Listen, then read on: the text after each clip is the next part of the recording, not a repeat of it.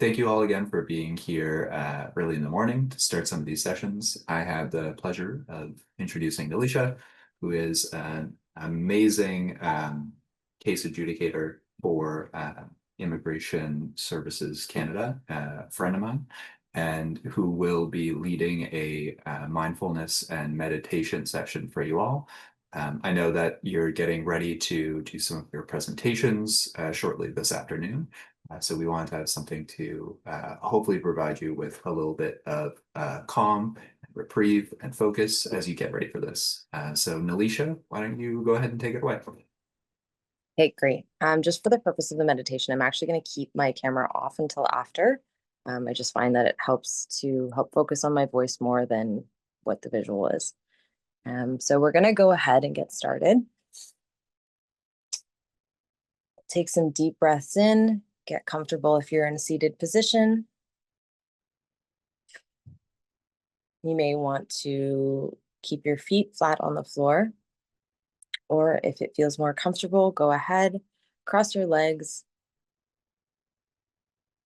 You can let your hands rest gently on your lap or on your knees. And as you inhale, sit tall with a relaxed spine. And when you're ready, you can go ahead and gently close your eyes.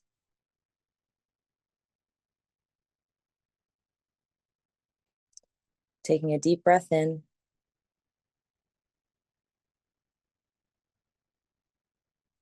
And a slow exhale. I'm going to go ahead and do that again. Inhale deeply through your nose.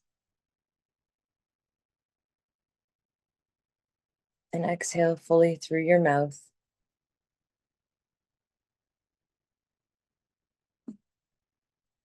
Inhale deeply through your nose. And exhale fully through.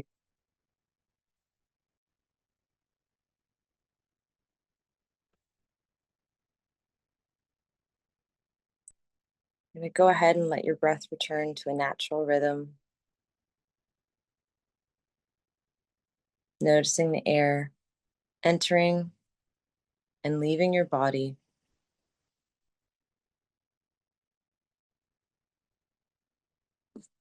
Not needing to change anything, just observing it.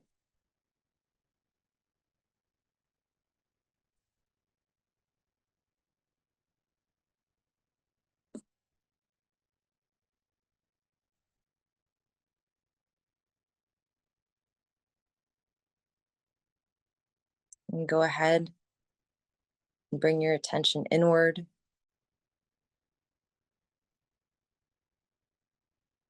Noticing any sensations in the body without judgment, just observing.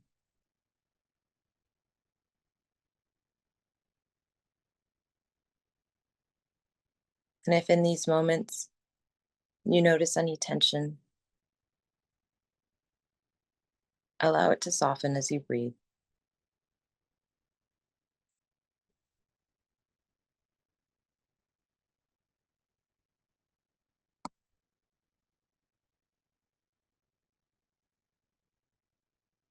Now we'll gently scan the body, starting at the top of your head, noticing any sensations. Just acknowledge them.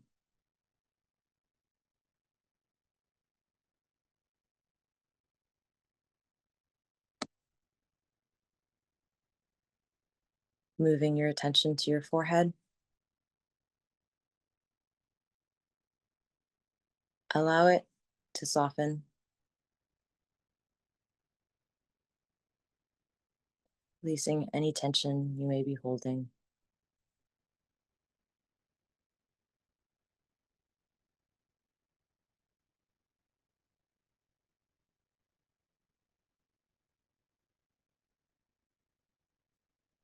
Bringing your awareness to your eyes.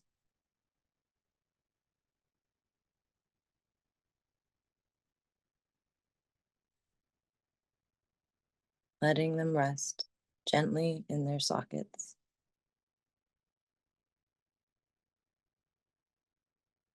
Releasing any tightness around them.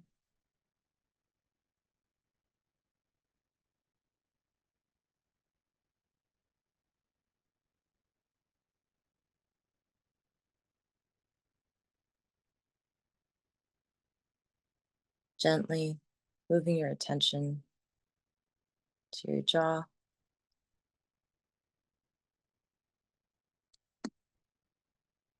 Is it clenched? And if so, allow it to relax.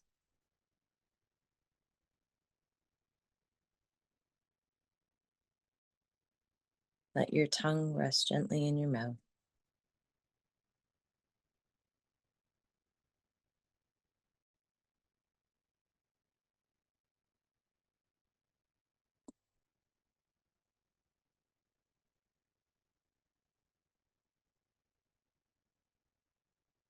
Moving down to your neck and your shoulders. Letting them drop away from your ears.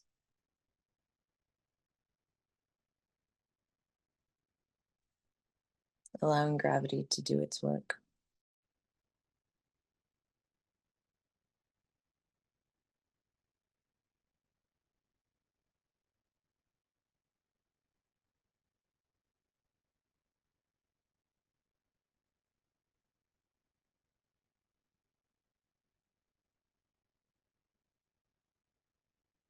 Bringing your attention to your chest.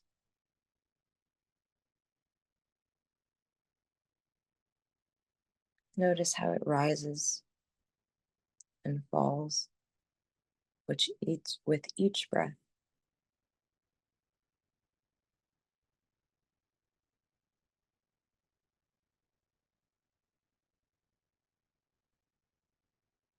Feeling a natural rhythm within you.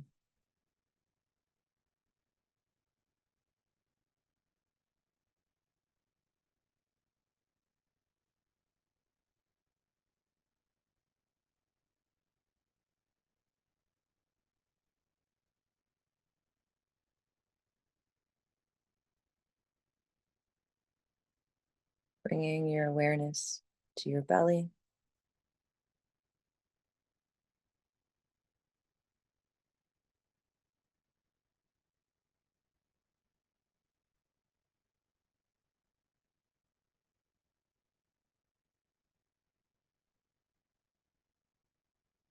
Is it soft?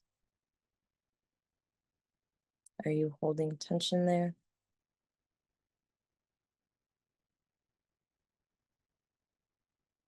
And if you are, let it be and let it go.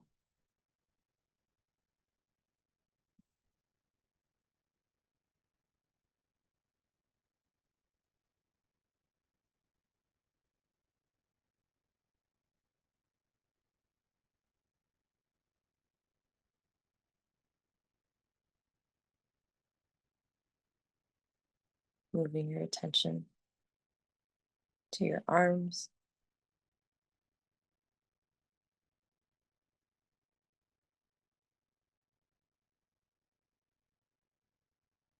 From your shoulders down to your hands and your fingertips.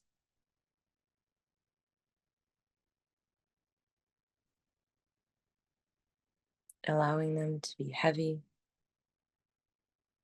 and at ease.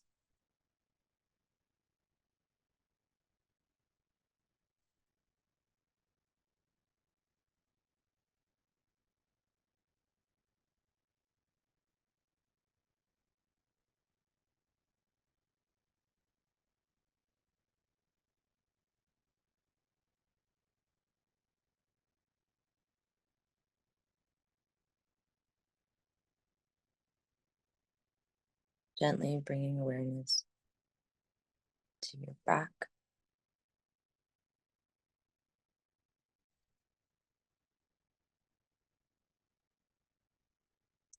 from your upper back to your mid back.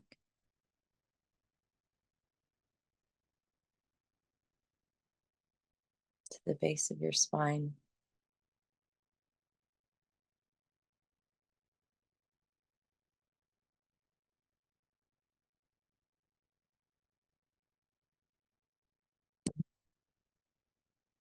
See if you can soften a little more wherever you can.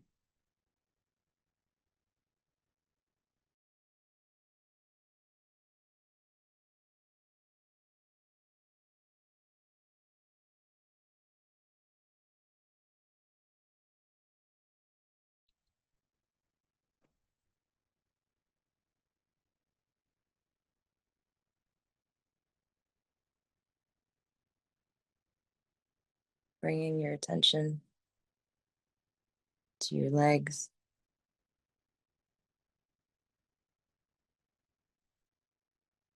starting at your hip flexors, down through your thighs,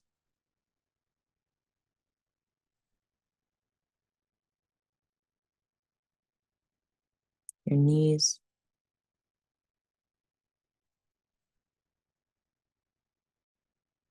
calves,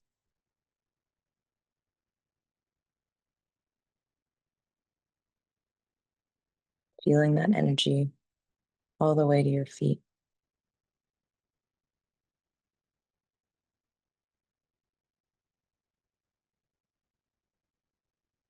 Let your legs feel supported by the ground beneath you. Feel the weight pooling in the bottoms of your feet.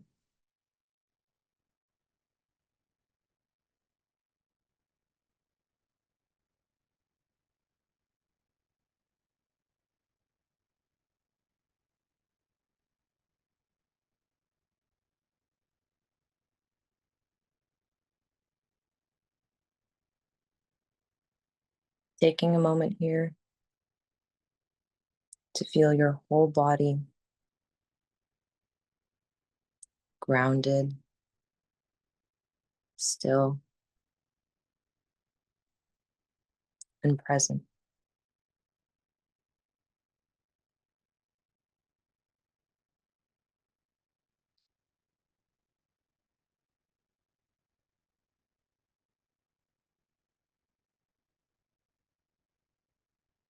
Gently return to the breath.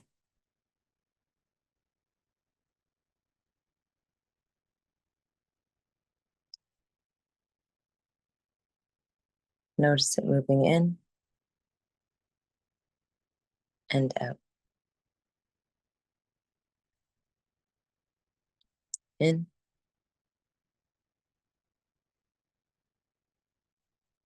and out.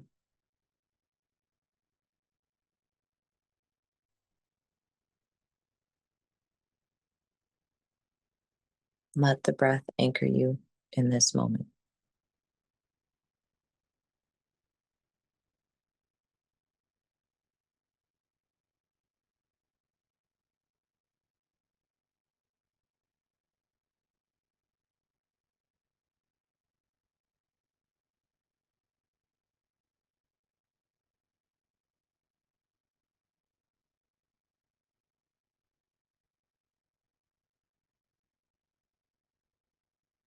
As thoughts gently arise, notice them.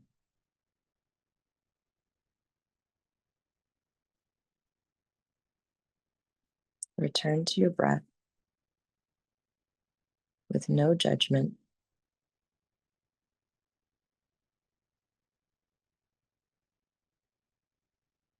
Letting each breath be a new beginning.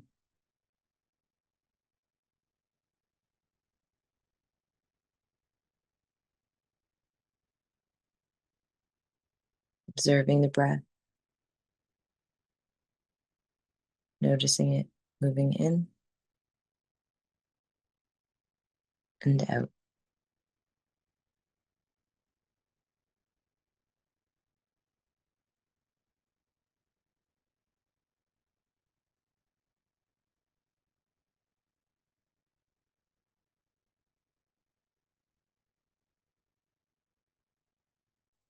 Continuing with this breath. Simply being here.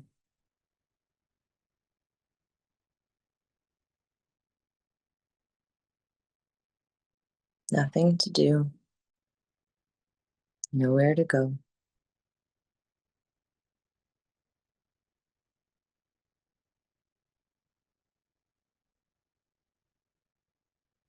Just this moment.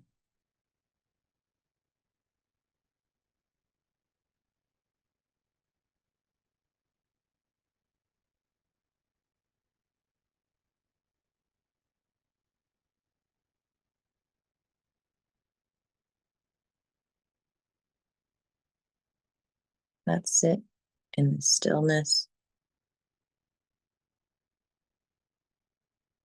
for a few moments.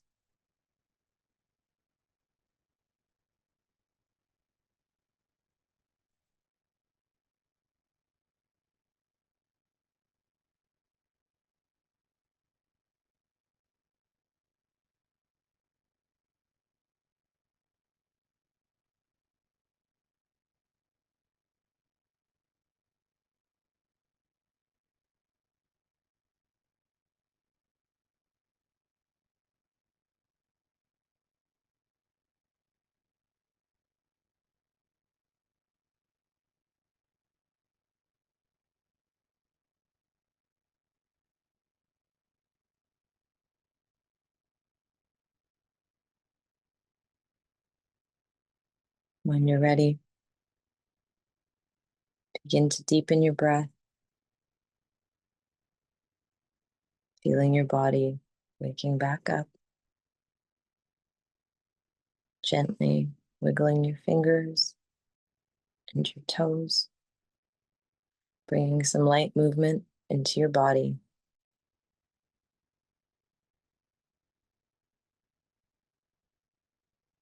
And when you're ready,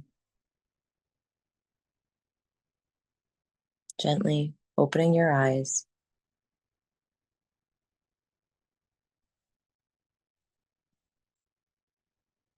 taking a moment to notice how you feel,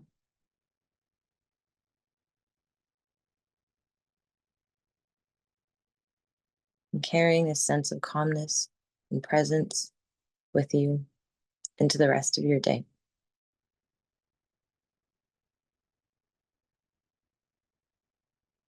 Thank you. Okay, everyone. I hope you guys found that mindfulness session useful. Definitely a little bit more relaxed myself. I have the pleasure of welcoming back Meaghan and Andreas from the region of Durham, who are going to be giving you guys a little bit of a conversation or discussion just around compiling new standards in with the old system of doing things. So Meaghan and Andreas, if you want to go ahead and take it away. I'm not sure if Andreas is here. I think this one's mostly me. Oh, there I see him. Okay, perfect. I'm here. Hi, Andreas. Yeah, sorry, I couldn't see you. And I think Bettina, if you can just help me here, it's been a very busy week. So some context for this conversation. What were we thinking again? So what we were thinking is, I really appreciated how honest you were throughout both, all the meetings that we've had and everything that we've done. You are a professional in this industry, and yet you have been put into this kind of really hard position. And I think it's really helpful for students to understand a little bit about how that happened, about, what you are facing right now, and how you as a professional have decided to figure it out, because we're all going to be in that position at some point where we're suddenly faced with a job we're not really sure we can do or know what we're doing. Yeah. And so I think I was going to give, and so when Bettina and I set this up, I think, and Diana, I think I was going to give context to, sort of where we started as a region. And so just so you know, so you guys saw the whole team. First of all, thank you for being there yesterday during the Savings by Design workshop. And we had a bunch of people there from the region that were in place that, you know, work in finance or in our works department that does all of our capital works projects, or also in our housing services department. So since the region so housing was downloaded from the province to the region in 2000. And in that time period, basically from 2000 until 2018 or 19, no work was done on really any type of redevelopment. At that time, the region's approach was, we're just going to do basic maintenance on these units, on these 1,294 units. In some ways, I think actually there was a hope that the province would take them back. I've heard that. That's clearly not happening. So there was definitely the approach from a regional perspective was the bare minimum, because we don't really want to be in the housing game. And so it was forced on the region as an upper tier municipality using only taxpayer money, because I'm not sure if all of you know, but regions and municipalities can really only generate revenue through one key means, which is property taxes. Regions are not allowed to run a deficit. So using only the taxpayer money, they're now responsible for 1,294 social housing units and all the tenants that live in them. So that took a lot of time for the region to take on that role. So the reason, as I mentioned, the region's responsible for operating those. So we were so glad to have Ryan there yesterday, because his main job is to keep all of the systems in all these buildings going. But there was no long-term maintenance done. So when our division was created, it was with this idea of taking some of this housing stock and redeveloping it. But it was a very basic concept that they were like, we know that some of this housing has gone beyond its life cycle. Like we had, you know, building condition assessments, BCAs done. And they were saying there are some sites that are really a challenge.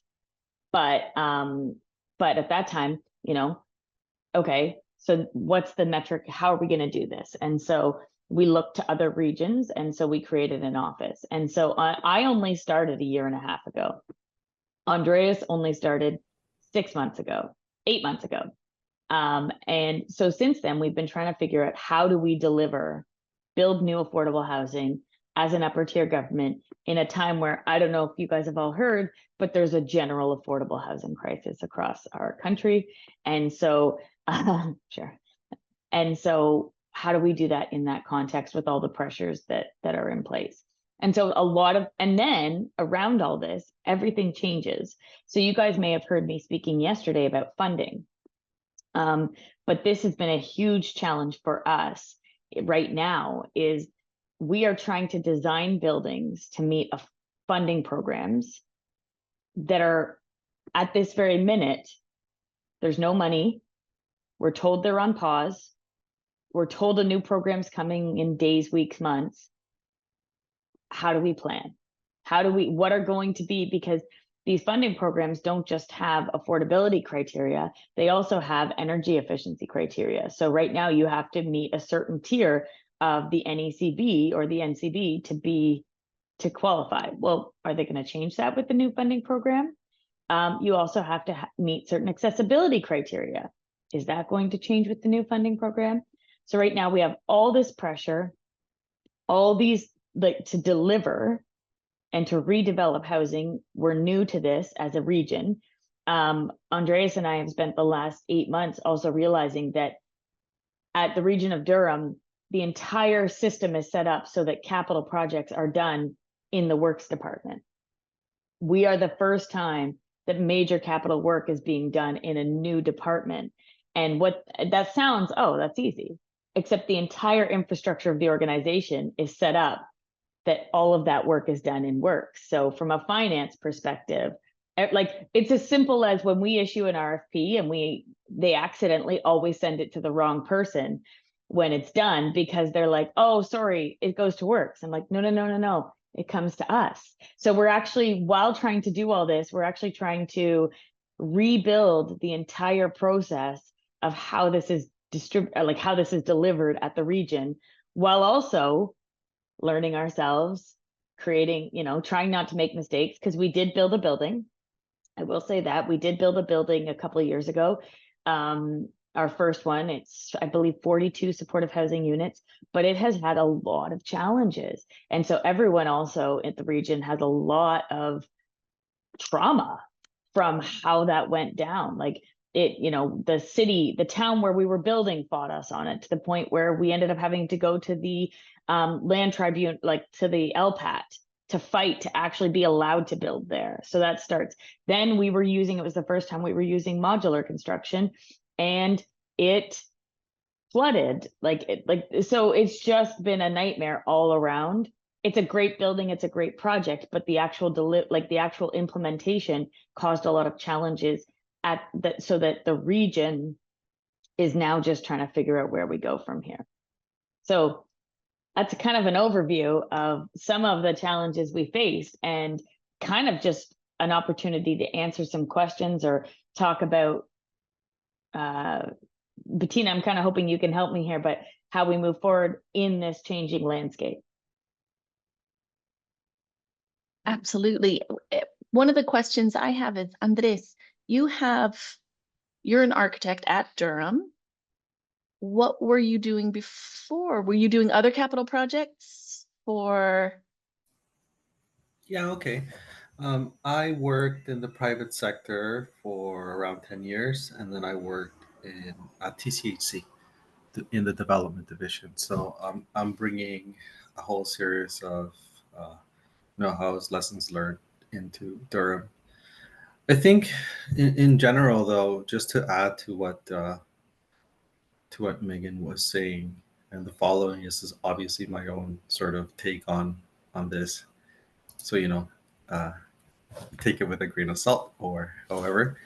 But in terms of complying to new standards, there seems to be a kind of a mindset that we need to change, and these workshops are extremely important, at least to me, and to, first of all, because the new wave of professionals are actually seeing the benefits of these workshops in terms of just the financial outcome. Because the thing that really stops projects, especially public sector projects, from what I've seen, is that funding and the amount of investment that needs to happen up front for these new technologies is quite substantial. And it scares most people, I would say. So, like, for example, I'm thinking of another project where we were looking at installing, this is at TCAC, we were looking at installing wastewater technology, heat exchange systems, and it was extremely, extremely expensive. So there has to be this entire upfront study on seeing how we're going to pay for it, what's the life cycle, what's the benefits, how does this get connected to the existing district energy that happened. This is for Regent Park, that happened at Regent Park. And so if you have these workshops that actually, like yesterday, where there was a full percentage of, if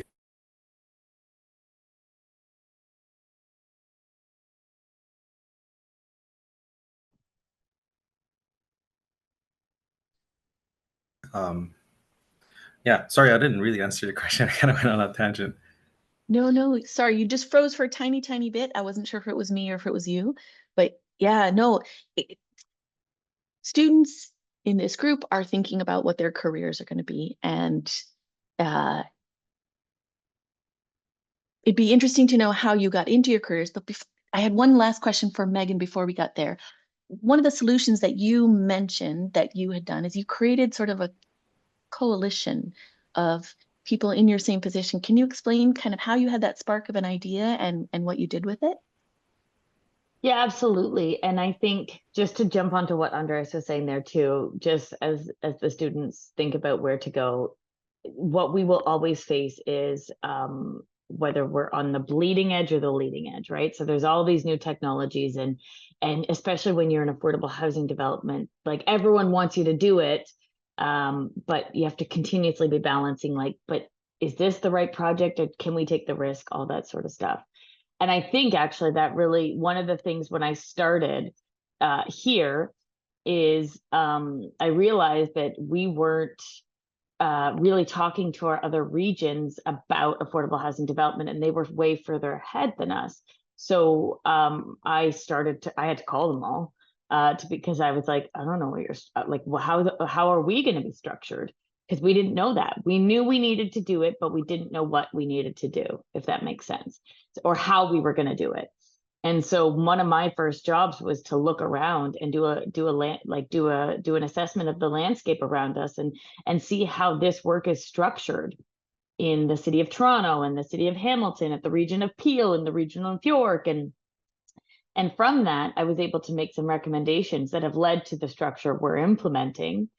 But at the same time, too, we also recognize that, wait, regional governments are very unique, right? Like, we are this awkward thing where we don't have planning authority anymore. Thank you, Doug Ford, as of January 1. So we don't have planning authority anymore, but we also, but we have all this responsibility to deliver housing. And so when we would talk to people at the city of Toronto or the city of Ottawa, they would be like, oh, well, I mean, like, it was a different structure. All of the funding that's coming to do, I'm sure many of you have heard, but the government's investing in a bunch of funding to make housing go faster. So they've got all these build housing faster or housing enabling infrastructure projects, all those things. A regional government isn't allowed to access that money. It goes down to the cities. So for us, there was a whole bunch of places where we couldn't get money or support, yet we're still responsible. So what we did was we created a network of all the regions in the area, and I call it the RAD network, Regional Affordable Housing Development Group. And we just talk on a monthly basis about what the heck we're all doing and how we've structured it. And it's Peel and it's York and it's Halton, because otherwise, if we didn't do that, I was realizing we were all just duplicating and trying to figure it out on our own. And I'm really hoping that is something that we can continue. I think, to build on what Bettina was saying, for me and for students, especially, like, as you guys are thinking about your careers and where you go, I mean, my career, I'll just be honest, I have a history degree. I had no intent, housing was not on my radar. When I went to university, I had no idea what I wanted to be or what to do. And the only course I liked was history, and I had to get an arts degree. So I did it. And when I was leaving, when I was getting to the end, someone was like, well, what are you going to do? And at that point, I had been a volunteer with Habitat for Humanity a bunch and loved the organization. It was like, this is so cool. And like, I was all of a sudden learning how to build walls, and like, it was where my summer jobs were. So I ended up I fell into housing there. And from there, I did a 20-year career at Habitat for Humanity before I came over here to the region. And the most important thing for me was taking chances, seeing opportunities when you're not sure where you're going to go, like looking at something and saying, I don't know if that's actually where I was thinking, but I'm really interested in it, pushing yourself, and then really building relationships, because as I've gone through it, I mean, it's surprising how many of those relationships I've built from being a volunteer and then becoming a staff member has led to where I am now. And coming over to, I always say, like, I was in the affordable homeownership area, coming into purpose-built rental. I'm shocked by how many of the people I interact with are the same people. The network is very similar. So a lot of the relationships I built when I was at Habitat are still able to support me in this work. Because the most important thing I've learned is you don't have to know everything. You just have to be willing to build relationships and ask the experts for help. Andreas will say this. I am the first, whenever they do design conversations, I'm like, I am not an architect. This is not my skill set. That's Andreas's space. He'll provide all that excellent expertise. I have a different role. So just sort of being willing to say, like, this is what I'm really good at. and ask for help or build relationships to help you with the parts that aren't really your skill set. That's a long answer, Bettina, but there you go. I've turned this into a facilitated conversation that you're facilitating, Bettina. Did you notice? There you go. I did notice. What I'm just going to do is turn it to the students, because I see these bright, lovely faces, and I'm guessing they have some questions or some thoughts, maybe something that occurred to them while we've been sitting here for the week with you and your incredible project. If I may, I will add just a sentence or two to Meaghan's. I think that building relationships is super important. Even at grad school level or undergrad or wherever you may be at your moment of career, just because you just never know how it pans out and who you end up meeting in the future. And it's very important. Like in my case, I'll just take a sidestep. I was in the private sector, like I was saying before, but I was working on Lawrence Heights for TCHC, and I was there as a site architect. But because I ended up having this 6-year relationship with the upper management at TCHC, I ended up going to TCHC. It was such an easy switch. So um, yes, you may be an engineer or an architect, but at the end of the day, we're all sort of working towards or these social development projects, and you have to be very good at people skills. Well, and even happenstance brought you to the region, right, Andreas?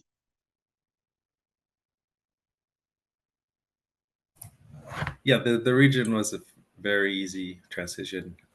It's because I moved out here.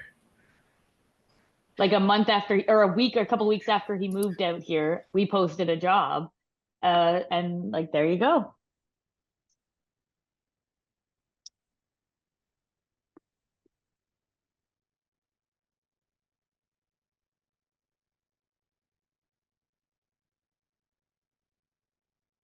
Nice. Going to give some time for the students to unmute, because I know, yeah, Melanie. I don't particularly have a question, but Meaghan, when you mentioned your volunteering, so I'm a mature graduate student. And I just wanted to make a comment for all the other maybe younger students that are here with my experience. Sustainability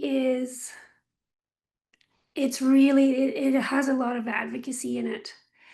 And when you're starting out in your career, you might just be you just want to get a job. And right now I know the job market is a little tighter. Find volunteering opportunities that line up with your passion, because your job, because you're gonna have to find work, you may not find work in the line of work that that is in a sustainable housing development or anything like that. So find volunteering opportunities, because the other thing that it allows you to do is network in the right environments that might help you later to find the job that you really love. And advocacy is hard work. It's tiring work. It is, however, also fulfilling work. So that's just my tidbit of what I just wanted to share, that what I've seen, what I've experienced, and I'm still there. Like I'm 46 or something like that, and I'm restarting my career because I wasn't where I wanted to be. So I'm in the same place as a lot of you guys starting out, maybe with a bit more of life experience, but I'm still doing the same stuff. Like I'm going to, like Meaghan, you mentioned Habitat for Humanity, and I'm like, that's it. I never thought of that. I'm filling the form today, and I'm going to go volunteer for Habitat for Humanity here, because it puts together what I want to do for sustainable housing and volunteering. So I'm like, great, that's a good spot for me to just give some of my time. Anyway, that's all I wanted to say. That's so true. I have at least I know of at least two senior staff members that started at TCHC in the volunteering down in the lower sort of starting point. So they moved up and they just kind of became they were volunteering at events, and then eventually they got to know staff.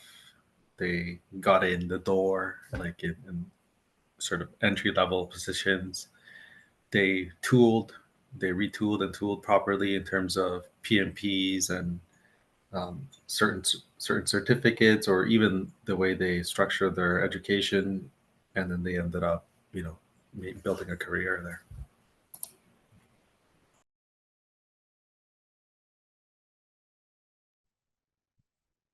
The other thing I would just add is never underestimate how important it is how you show up into your work, into your volunteer stuff.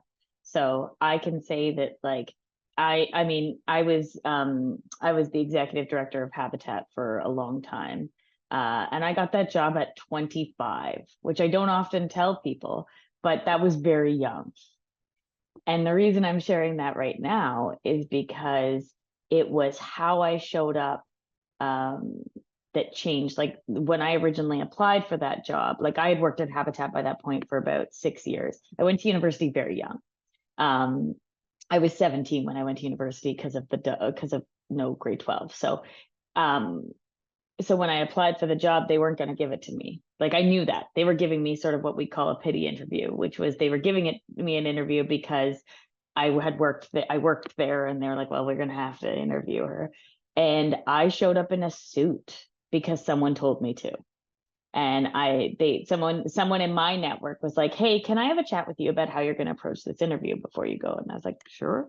And they were like, so they're going to undercut you because they think that you're Meaghan, who's happy to be on the build site. Because at that point, I'd been on the construction site for a couple of years. So I was always in work boots and a hard hat. And they didn't know how much I knew about the organization outside of just that side of it.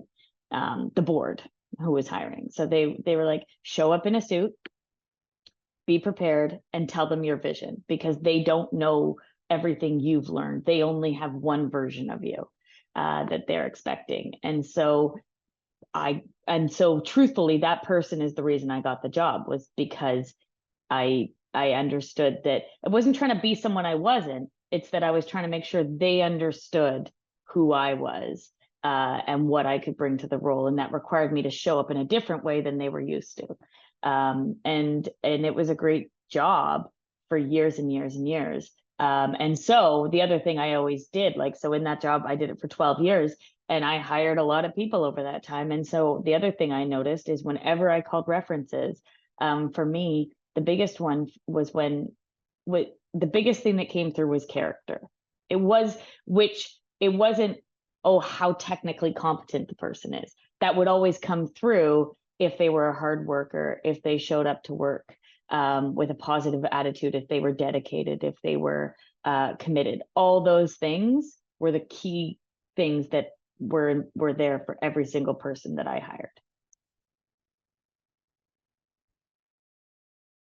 Yeah, one of the things I always say is two things. One, in general, there is a feeling, women in general will see a job application and will look at the 5 requirements and say, I meet that one, I meet that one, I meet that one, I meet that one. Ooh, this one I'm not sure, I better not apply. And in general, again, not to be prejudiced in any way, other people will apply, men will apply and say, first one, yeah, okay, second one, more or less, I'll apply. And so women tend not to apply for jobs that they can be perfectly qualified for. And we've seen it overwhelmingly in jobs that I've hired for. I've had generally 3-to-1 male applicants to female applicants. And so never hesitate to apply. Take finding a job as your full-time job. And I love that idea, is just apply for anything, because the practice of doing an interview will be a great practice for you as well. Even if you're, only have those first couple of things, if you make it to the interview stage, that's a win. And then you might actually get a job that you didn't even imagine that you were gonna get. Well, And actually, when I applied to come to the region, it was a recruitment agency that was involved, and I wasn't going to make the cut. It was that I had a call with the recruiter and explained my experience. And she was like, well, put that in your resume. So she basically kind of yelled at me and said, fix it and send it back in, because I can't advocate for you on what you've sent in, but this is what you need to tell them. And there you go. Right. So sometimes it's also having that extra set of support around you to be like, no, you have to actually, like, you think you've communicated that you have all this experience and knowledge, but you haven't. So how can you fix it? It's what I will say is, and I know this workshop is very focused on sustainable buildings, and we just happen to be in affordable housing development under SNI. I really think that it's a very exciting time for affordable housing development and the incorporation of sustainability with that. So I think this workshop and what you're learning is so important. I'm not sure, I mentioned the funding changes, but like the entire federal government right now is looking at completely pivoting how they build affordable housing across the country and creating a whole new organization. And I'm sure there will be I think I was reading through the brief on what they're planning to create, and there will be key sustainability factors that have to be met in these buildings across the country. And I can't remember what their goal is, but it's a lot of units. So it's a very exciting time. And I will say affordable housing, like getting into that side of things, is very rewarding when you tie it in with sustainability. Andres, you've been in the private sector and the public sector. Just from a professional perspective, how are those different? Well, I would say that in the private sector, you don't struggle as much with funding. It's not a funding driven sort of field, even though you're still trying to meet, let's say, I don't know, 200 condo units in a building, squeeze 200 condo units in a year, and you're essentially tightening spaces and making things sometimes inaccessible, lack of a better word. So yeah, there's always that sort of performance towards meeting a building that performs financially, but it's not as dependent in the whole CMHC funding requirements that we're trying to hit. So also, I would say that the necessity for green energies, unless it's governed, like the Toronto Green Standards, which requires developers to hit a specific tier if they want some sort of development cut lower costs in their applications. It's not necessarily a thing that, at least where I was working, it wasn't so important. But over the years, it has shifted, and I think that's really a good thing to see. Just because, again, the mindset has also shifted. We're seeing, like especially the last few summers where it's the climate has changed. We have fires happening just a few hours from where I'm at, and these sort of things are waking people up. So, in the private sector, I believe that they're finally catching up because of the policies that are in place, like Toronto Green Standards, Durham Standards, that are pushing them to meet these requirements. And the public sector is its own thing.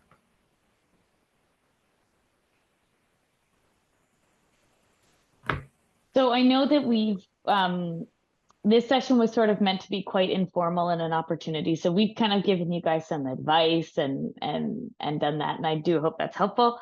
At this point, I guess the other thing that we could ask is, unless people have any questions or about that, or do you guys have any questions about the project or where we've landed, or anything else from like the region's working on from an affordable housing? a real question. It's more, I'm just a bit curious. You mentioned that the sustainable housing, sustainable building world is very tight knit, and also the affordable housing, well, community kind of. Do you feel like there are still like new opportunities coming up, or is it tiny just because no one gets in and no one gets out of it? No, that's a really good question. No, I do think there is. And I especially think there will be because what everyone has recognized over the last couple years. So the National Housing Strategy was adopted in 2017 and it goes to 2027. And what everyone's recognizing is that National Housing Strategy really focused on everything that kind of came out of it. There was housing created, but a lot of it is market housing, because what really happened was a lot of the investments that came out were really to stimulate the private sector to build purpose-built rental. Really is really where it came ultimately, because at that point, you know, there hadn't been a huge boom in purpose-built rental since the 80s. So that was a big area. I think as the new federal government is looking at what we need, and the advice I've been seeing and where they seem to be going is they're recognizing that that's great, but community housing. And when I say community housing, what I'm talking about is nonprofit housing, government housing, basically housing that is affordable to a large, like more deeply affordable. We haven't built enough of that. And if we don't do that, we don't start to really focus on community housing. And the DRLHC that we've talked about is community housing. So is TCHC. So there's so much of it.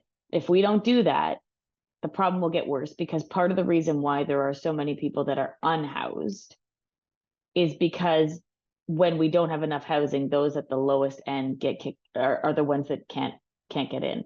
And so if we don't have community housing and solutions for them, we can build as much housing as we want, but there will still be people that are not housed. It will not solve the homelessness crisis, which is really a big driver for the government, because that's falling. That's what everyone sees a lot, right?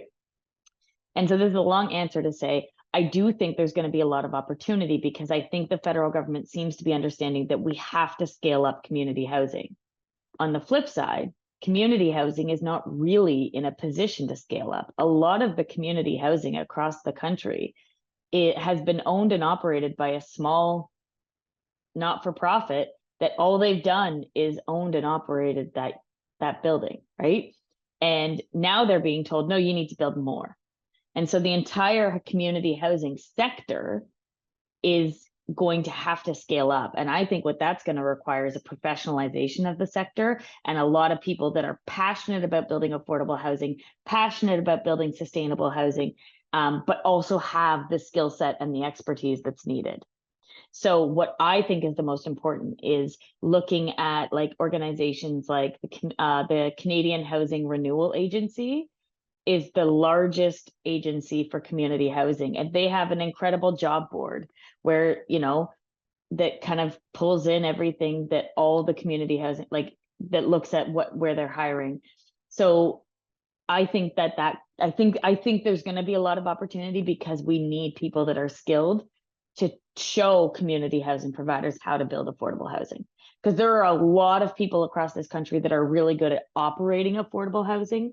There's not as many that know how to build it. Does that help?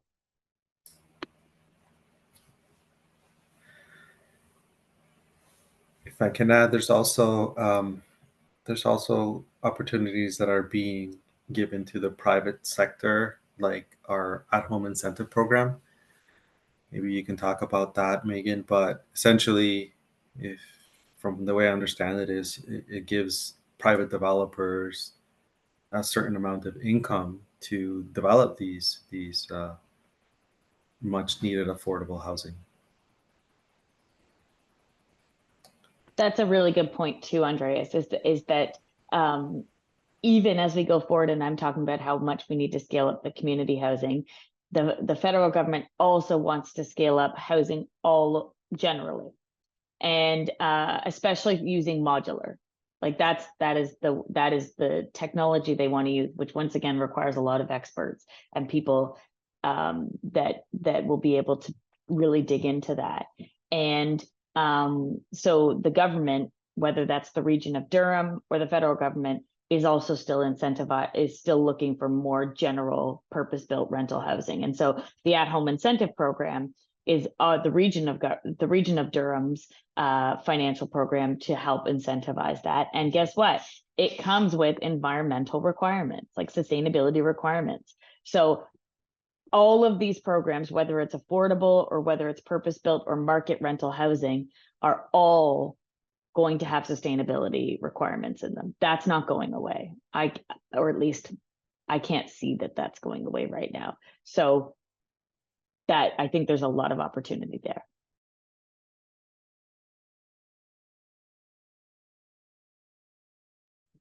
Sorry, it's still summer, so I have a kid at home who decided that moment to ask me a question. I also have a question. I know you're talking about the interconnectivity between affordable housing and sustainability. So like I'm sure there's like a lot of like fundings or like grants that you can apply to for like sustainable affordable housing. So like what are the standards that you guys have to reach, or is there like a you know a certain PDF somewhere that kind of lays out what kind of metrics you guys are trying to achieve? I laughed only because, David, first of all, I'm really glad you asked that question and not, can you go to the park, which is what my son just asked me. No, it's a great question. And the problem is it's not aligned. So we were looking at, there's different sustainability requirements for the Federation of Canadian Municipalities program, the Sustainable Affordable Housing program they have, that are really, really aggressive. CMHC had different requirements, and they tied it to where you fall within the NECB, whereas the FCM program was tied to TEDI, I believe. Okay. So it's all over the place, truthfully. Okay. I don't know, Andreas, if you have anything to add, but I find that it's frustrating. Yeah, they're more or less, yes, they're all different, but I think that Durham region has done a fairly good job at consolidating them all into our region standards. Just to throw it out there, and they've added an extra layer of a buffer zone, to say it that way, to make it even more strict and be ahead of the curve slightly. So yeah, someone did their homework. Okay. I appreciate it. I'll go through that, with a fine tooth comb. I can imagine it's a lot to deal with, but I appreciate you answering my question. Thank you. I can also, I'll throw in the chat where the CMHC requirements are. It's actually a link to that, because it is very interesting, and I think it's what the new federal program will probably follow as well. Thank you.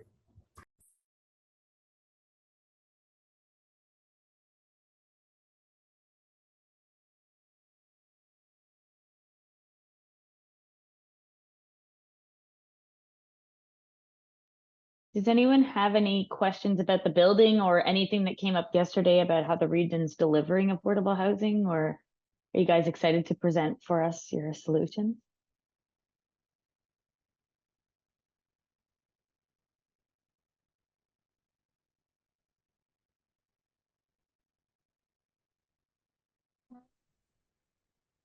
Do you think the focus will be more on multi-unit residential buildings for the Durham region?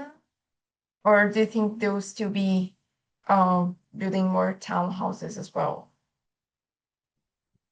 Sorry, can you just say the beginning of that? I missed the very beginning. Do you think the Durham region for affordable housing specifically will be building more multi-unit residential buildings, so mid-rise, high-rise, or will they focus more on like smaller houses? No, I definitely think MURBs are where we're going, for sure. I think it's actually, this is a really good point in this topic. I've been surprised over my time here how much we might have an idea of where we want to go or what might be the best solution, or our architects come up with it, and how much you adapt to maybe political reaction. So I would say there's probably some sites where we will probably go a lower density than possible, mainly because at the end of the day, the ultimate decision maker at the region is 29 councillors, and there's an election next year. And so so I do think that might happen. However, generally, there also is a lot of support and agreement that we have to get housing built. So in every opportunity, Andreas and I are pushing creative ways to do so in a way that is aesthetically pleasing, but still getting as much density as we can and meeting those demographic needs. Actually, a really cool thing, Danielle, was we have another project on Christine Crescent that we didn't talk about, where we're converting 12 semi-detached units. It's a crescent, obviously. And so it's like an underutilized piece of land. And Andreas might even be able to throw it up. He's much better at that than I am. But it's a crescent with 12 semis, and it was identified as an opportunity for some major redevelopment. So we're going from 12 to 160 units on that site. But the original massing that was done for us was a mid-rise building, a kind of L-shaped building, and stacked townhouses. And so when we went out to hire an architect to actually develop the detailed design for it, we went out with stacked townhouses. And it wasn't long into the design process where they actually said, guys, how tied are you to stacked townhouses? We said, well, tell us why. And really they said, so you're going to spend a lot of money building stairs. And so in this particular case, can we do a mid-rise, like a low-rise building here? So we actually adapted it. So we have the high-rise building behind, or sorry, the mid-rise building behind that I think goes up to 6 stories. And then the what was supposed to be 24 stacked towns is now a 3-story or 4-story, I can't remember, a low-rise building that's just apartments. Mainly because it was really looking at, okay, there's a desire for people to say, oh, we've included townhouses, but why? Like, why is that typology so important? And in this case, it gained us no additional units. It just meant we would lose a lot of space to stairs. And it was really about people feeling that we needed to provide townhouses. And we're not. Now, because we are redeveloping a site that is currently all semi-detached, and we're building apartments, there's definitely among the tenant population a feeling of, well, hold on, I currently live in a semi, I still want a townhouse. So we're doing townhouses in a couple other parts of it, and it will definitely be a challenge to decide who gets a townhouse versus an apartment. So there's definitely stigma I'm finding around apartments. Not even stigma, but I mean, people, there's a lot of attachment still in the region of Durham to the idea that you have your own front door and a back door and some sort of, like, I don't even know if it matters if there's a yard, but there's a lot of that. That's a great question. So long answer to, we're hoping to do more higher rise, like MURBs, but I think there'll be places where we still have to do some towns. Just along that same idea, how do you feel that there would be any benefit to some kind of education general education for the public to change that perception. And I know that might be like even that concept to change public perception is complicated and it's not an easy thing to actually execute, but what's your thoughts on that? Well, what I'm really hoping is yes, and I'm hoping we can do it with this first building to show them how beautiful and how well the team has designed a building that, yes, is apartments, but has all of this active outdoor space, which in full transparency, I care about affordable housing. And so from the very beginning, I said to Andreas, I was like, I don't care about any of the fluffy stuff. But I'm realizing that was my own barrier. And I was only focused on the unit, and getting into multi-units and getting into effective and healthy communities, you have to care about what I thought was the fluffy stuff. It's actually integral stuff. So I'm sort of being very honest with you guys about my own learning over this process, to be like, what I thought, like, who cares about what the courtyard looks like?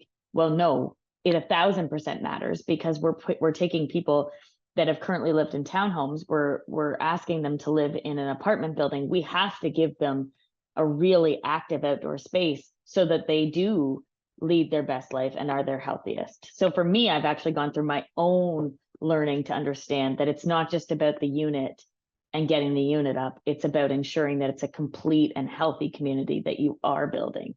And so I'm hoping Christine Crescent, Melanie, will be a way for us to demonstrate how we can do that with apartment buildings. And I would have to tell you, all of the credit on that goes to our architectural team and Andreas as the subject matter expert to really push that forward. Just out of curiosity, is there a timeline already in place, or when exactly will the projects be starting? So in everyone's world, they want them to start tomorrow. In my world, we are starting. So the one that Andreas presented on Monday, the small seniors building, that's our first one to start. So we're actually hoping to start that in the early, like Q2 of 2026. We already have our site plan approval submitted, our first draft. So we're moving to get hopefully permits by the end of the year and start in 2026. Christine Crescent, the other one I was just talking about, it's a very complicated project. Oh, there it is. So that's this one here. So it's a big, it's a beautiful building. So it's that one we probably are also hoping to start next year. But that one will take probably a lot longer because it involves, we have to upgrade the servicing to the entire street as well. So we like, it's big. And then Town Line Road, they want us to start it next year. So we'll see what we can do. That's why we're gonna have to push our architects to go as fast as possible, because we're also recognizing that politically we don't want to leave any of the funding behind that is going to be on the table. Andreas is showing you some of the beautiful. Andreas, can you go back one and show the external courtyards? So as we were mentioning, we've put a lot of time and effort into making sure that this courtyard is something that's, you know, really going to be a great place for the residents of these two buildings.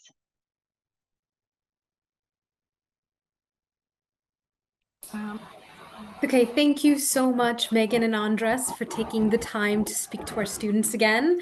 There was a lot of valuable nuggets of knowledge there. I definitely found, and I'm fairly certain other students found as well. So thank you so much.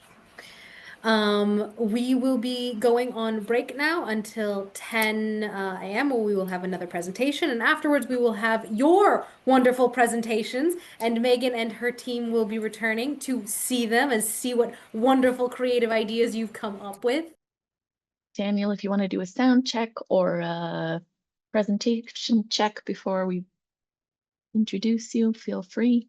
Excellent. And Bettina, and if I'm not mistaken, not only do we have I'm going to say Durham is kind of playing the role of client to this particular exercise here, but we also have a room filled with, I believe, like 20 or 30 students that are actually participating in that the Better Buildings boot camp. Am I correct? You are 100% correct. All right. you want me to just jump in? Is there any other kind of framing that we want to do, or? Well, why don't I give the students here a little bit of background on you? Dan, thanks so much for joining us. I want to introduce everyone to Dan, who is a professional engineer and a certified energy manager working in greenhouse gas reduction planning, high performance building development, and sustainability. And over the past 15 years at Ottawa Community Housing, he's coordinated the installation of over 1 megawatt of solar arrays and managed multi-million-dollar lighting, mechanical, and plumbing retrofits that have saved over 68 million cumulatively.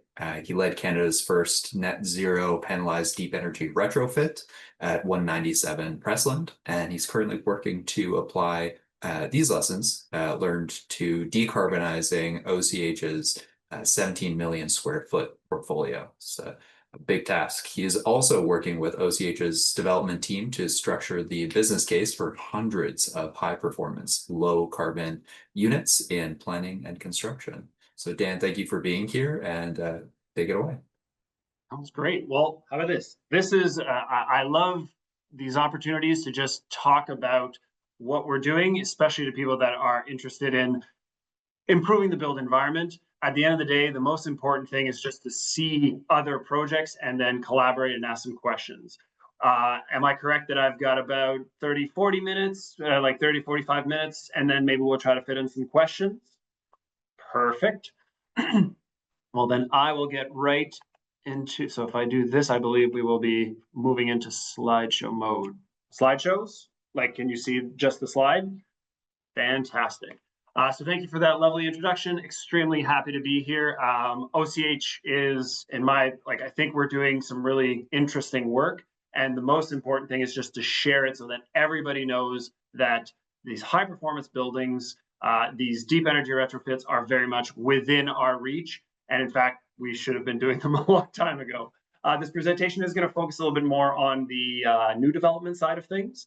But happy to answer any questions if we are also interested in a little bit of that retrofit side. And I know that there is a particular geothermal or ground source heat pump plant that's being planned. And so happy to dive into that as well. So why are we here? I'm assuming that everybody here feels at least some amount of pressure from the climate emergency. I definitely, I like to use this slide because at the end of the day, we know that we have a global carbon budget, and we know that we have extremely little amount left in that carbon budget. There is sometimes flailing policies or fits and starts in terms of how we're going to be dealing with this. Most specifically, like I get a lot of questions sometimes about, hey, carbon pricing has been removed.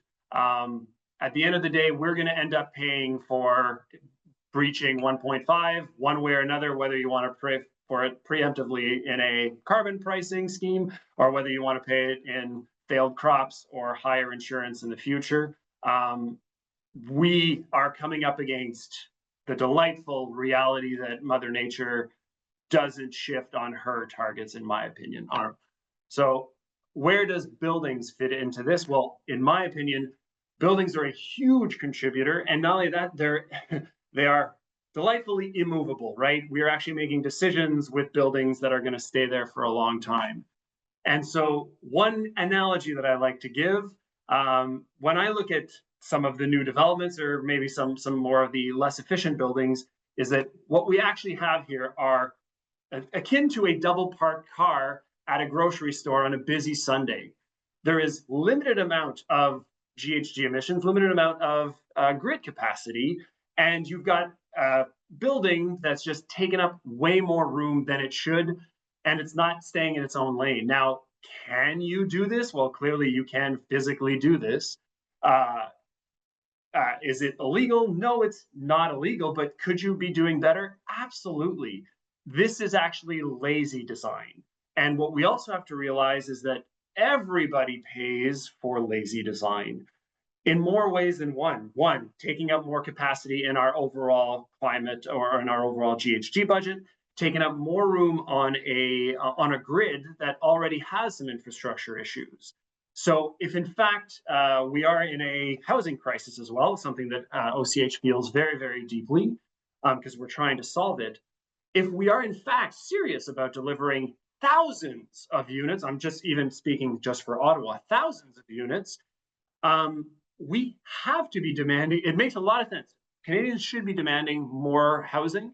They should be demanding that housing to be as energy efficient as possible if they are realistically going to try to add thousands of units to our existing infrastructure.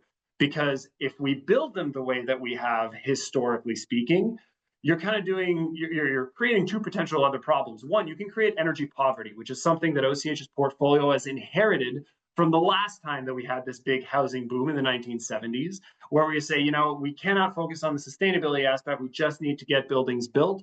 Yeah, you produced maybe something that had a very low rent of maybe $100 a month or something like that, but I've witnessed the $500 utility bills from those units. And so what you've actually only done, you've displaced a cost from the built capital side to the operating side, and then it is those vulnerable populations that we house that end up having to bear the brunt of that. And the second thing that you're doing is that grid has a certain amount of capacity. If we build buildings, we allow them to take up 2 or 3 parking spots. That means we're going to need more infrastructure, and you're going to throw billions of dollars at the housing issue, only to create billions of dollars of infrastructure issue, when in fact you could be just dealing with both of them at the same time and not creating a future problem for yourself. So the way that I like to frame it is Canadians should 100% be asking for more affordable housing. What we have to realize is that means we're also asking for high performance housing, or else we are committing ourselves to a much larger issue that will not only not improve affordability, because that grid that then needs to be built out, if we're sharing it amongst fewer buildings that are getting built, that house is just as expensive as it was, and the utilities that need to service it are going to stay expensive, doubling up on our problem. So what does the solution look like? Well, here's OCH's approach. We are doing a significant amount of new development. And so what I'm showing here is a little bit of the history of our past developments into where we actually are right now in terms of our construction. We started down this path somewhere around 2015, 2017 with our Coldry building. That's the first one that's in the top left there. And we started with we did a passive house building, which basically means hopefully people are familiar with the passive house concept. I'm getting a little bit of a smile from Bettina. So we're trying to make high performance envelopes so that with lots of insulation, very airtight, so that we reduce the amount of wasted energy, and we can heat that building with very little energy and cool it. We then add high performance mechanicals, which means that amount of energy that needs to be there, it's delivered with as much efficiency as possible. And then lastly, we're going to do some kind of renewables in order to round out these buildings. The first one that we did, somewhere around 140 kilowatt hours per square meter per year. And progressively, as we've adopted this, we've gotten better and better at designing these buildings. So you can see that our second building, there was the Mosaic project, around 100. And then at Meaghan, which is that third project, somewhere around 90. And we've got 2 projects that are currently in construction, Gladstone Village 1, which is on top at 119, and Mosaic 2 at 70. One of the key changes as we, in all honesty, drop below 100 kilowatt hours is the inclusion of geothermal or ground source heat pumps as well, instead of the air source heat pump. So the first 2 would be air source heat pump projects. And as we get to Meaghan, we started with 30 boreholes, and that 70 project, that's Mosaic 2 that's in the bottom there, gives us one of the most, I believe will be one of the most energy efficient buildings in Ottawa. Whereas the Gladstone Village, which is a larger project, we didn't go that way. We've got a plan for a larger district system with the city. But so the building individually isn't quite performing quite as well as some of these new ones where we are including geothermal technology. And we are not done. Basically, what I'm showing you here is the build out that OCH has in the hopper. We are actively trying to have at least 1,000 units constantly in design, and then hundreds of units being delivered every single year, because it does take more like you can build out, you can design 1,000 units, but they're not necessarily going to be delivered. It takes some time. So we're trying to get about 150 to 300 units delivered every single year. We've got over 9,000 units in the hopper by 2032 or the 2033.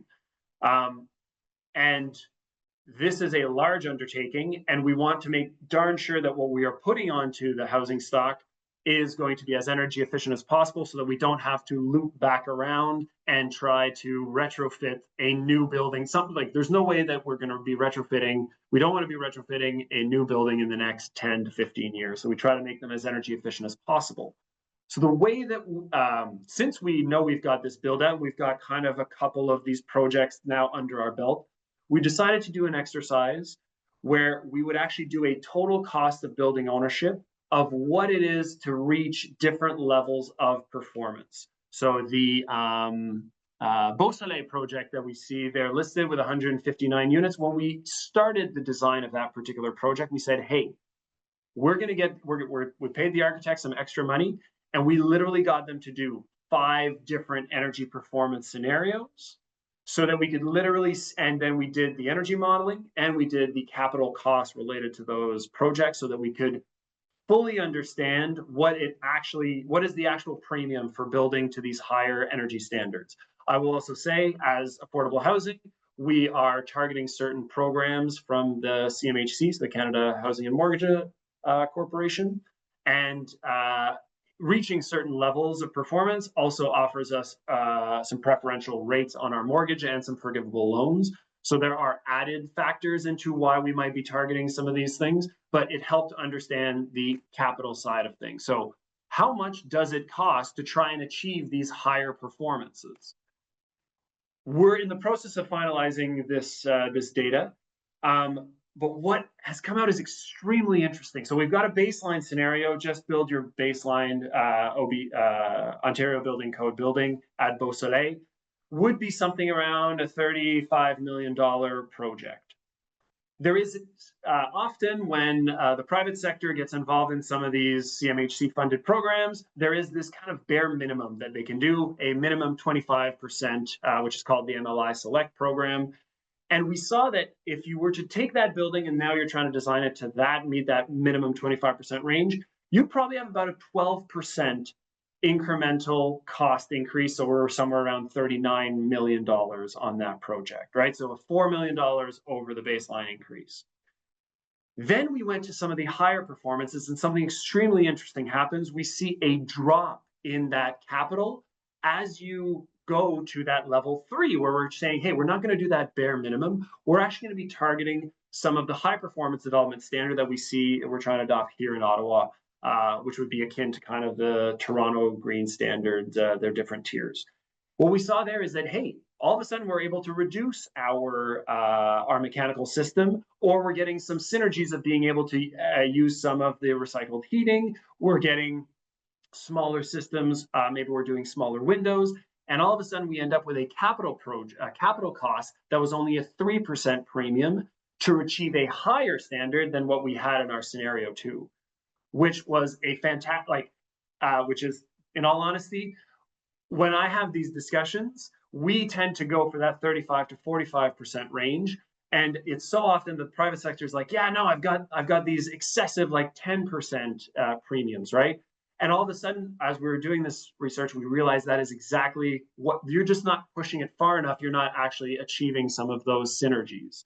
And so then we went to a scenario 2 where we're pushing it closer to a passive house standard, still a lower premium than just that baseline. But yes, you're increasing your costs. You're going to get more insulation. You're going to get those membrane, that air tightness.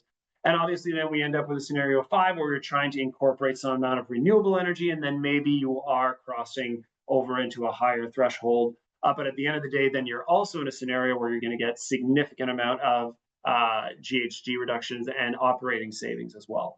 So, and now the next part of this exercise is that we are translating we're doing a life cycle costing, that total cost of building ownership, to be able to quantify the actual savings, because when you apply those savings over that cost increase on the baseline, you actually end up with a great payback period. And therefore, with no real reason as to why we shouldn't be doing these high performance developments in the future. And so I really like, we're going to be publishing these results, and we want everybody to understand that it actually costs you more to do that bare minimum. If you're not, when you get into a full wholesome design, you are going to end up with lower capital costs than just doing that bare minimum.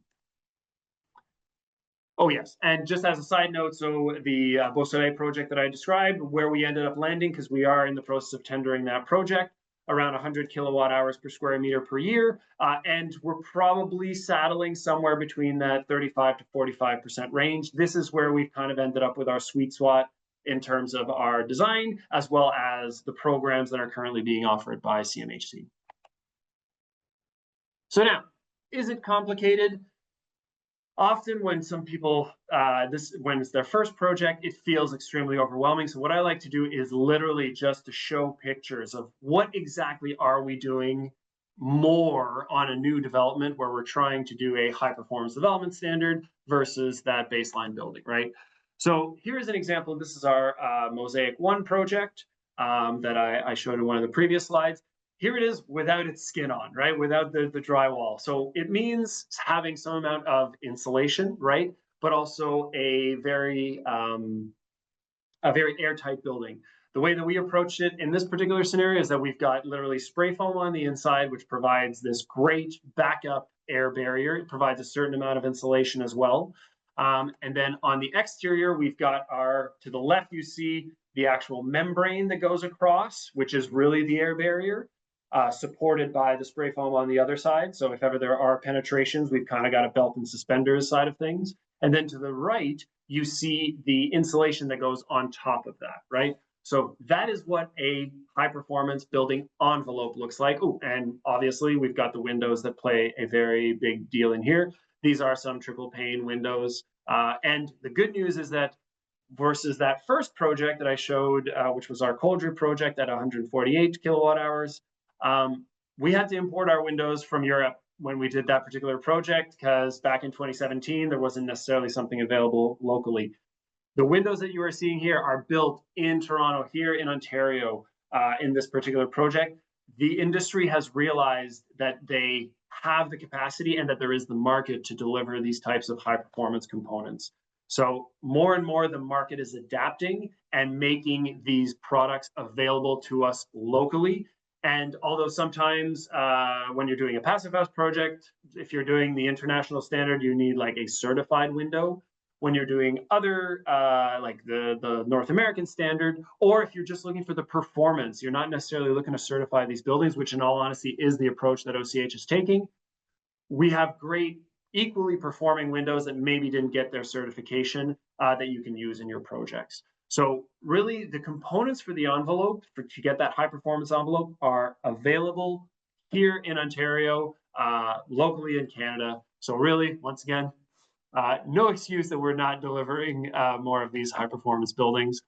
What are you going to be doing as well? It's very important to have some amount of testing and some amount of feedback, like so that the contractors that are going to be doing this work. Here's the thing, contractors are more than happy to do what is in their bid, what they submitted in terms of their scope of work. So as long as you frame that, hey, you're going to need to do some additional air sealing, you're going to need to bind the penetrations through our envelope, and we're going to be testing it along the way, they're more than happy to price that competitively and to do that work. The way that we help them understand is by doing blower door tests. So this is literally pressurizing a 100,000 square foot building with a single fan. That is how airtight the buildings that we're developing are. And we also do some qualitative testing with basically like smoke testing in some areas where we're kind of like doing ASTM 1186, which is literally you build a tiny little chamber and then you fill it with smoke and you see where the smoke exfiltrates through the windows, through the window and the wall assembly, so that they can understand, oh, when I punch that hole through this, when I was trying to hit the stud and I missed it. No, you're going to need to repair that hole or else we're going to end up with air leakage throughout our building. So the quality assurance process is and it's an important step, and it also helps everybody understand what exactly it is that we're working towards. And actually, okay, perfect. That is what we're witnessing now is an 1186, ASTM 1186 qualitative smoke test, where you've got somebody literally pressurizing a little a window with smoke, and then somebody on the outside witnessing how much of it is leaking through. And obviously, once we've got that nice high performance mechanical, well, the next step is going to be we're going to need some high performance mechanicals. At Mosaic 1, the 811 Gladstone project, we have this giant monster of a Swagon HRV. You can literally see somebody being able to stand inside of it there. Basically, since we've got such an airtight building, you need to be very conscious of actively ventilating, providing fresh air into the suites and extracting it. But basically, as the air is extracted, the old stale air is being extracted, it's used to preheat the incoming air that's coming in from outside. And therefore, we're able to recover about 80 to 85% of the energy that was already put into conditioning that space. Whether it's heating or cooling, we're able to maintain that conditioning, that energy that we've already spent on it, and preheat the fresh air that we're about to supply to the individual units. So here's an example of that high performance mechanical, and you'd also have heat pumps in there as well. And then you're going to put some amount of solar or some amount of renewable technology, whether that is accessing a ground source loop, whether it is putting solar on the roof. At this particular project, we have about 120 kilowatts of solar on the roof, providing about, here's the thing, when you end up with high density projects, like this is a 6-story building, you end up with, it's only 10% of the total energy that we are producing on the roof that the building consumes. But that goes a long way towards making the project more economical. And these are literally, these basically have a 10-year payback as they are reducing our utility costs for the building. One thing that is interesting about passive house building, you're going to need some amount of insulation on the underside of that parking garage. And so, or on the underside of your building. So the parking garage is outside of our building envelope, if you will. But so we have spray foam kind of like sealing, making sure that the entire building includes some amount, is encased in insulation. So now, I mentioned that one of the big factors, so in the background of this picture, you see that 811 Gladstone, which is Mosaic 1 that I described.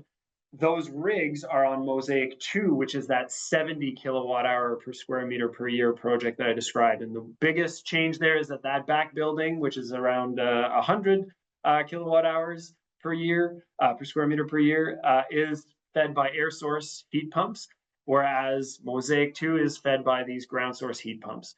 You have such a huge change in, you go from 2 to 2.5 COPs to 3 to 3.5 COPs.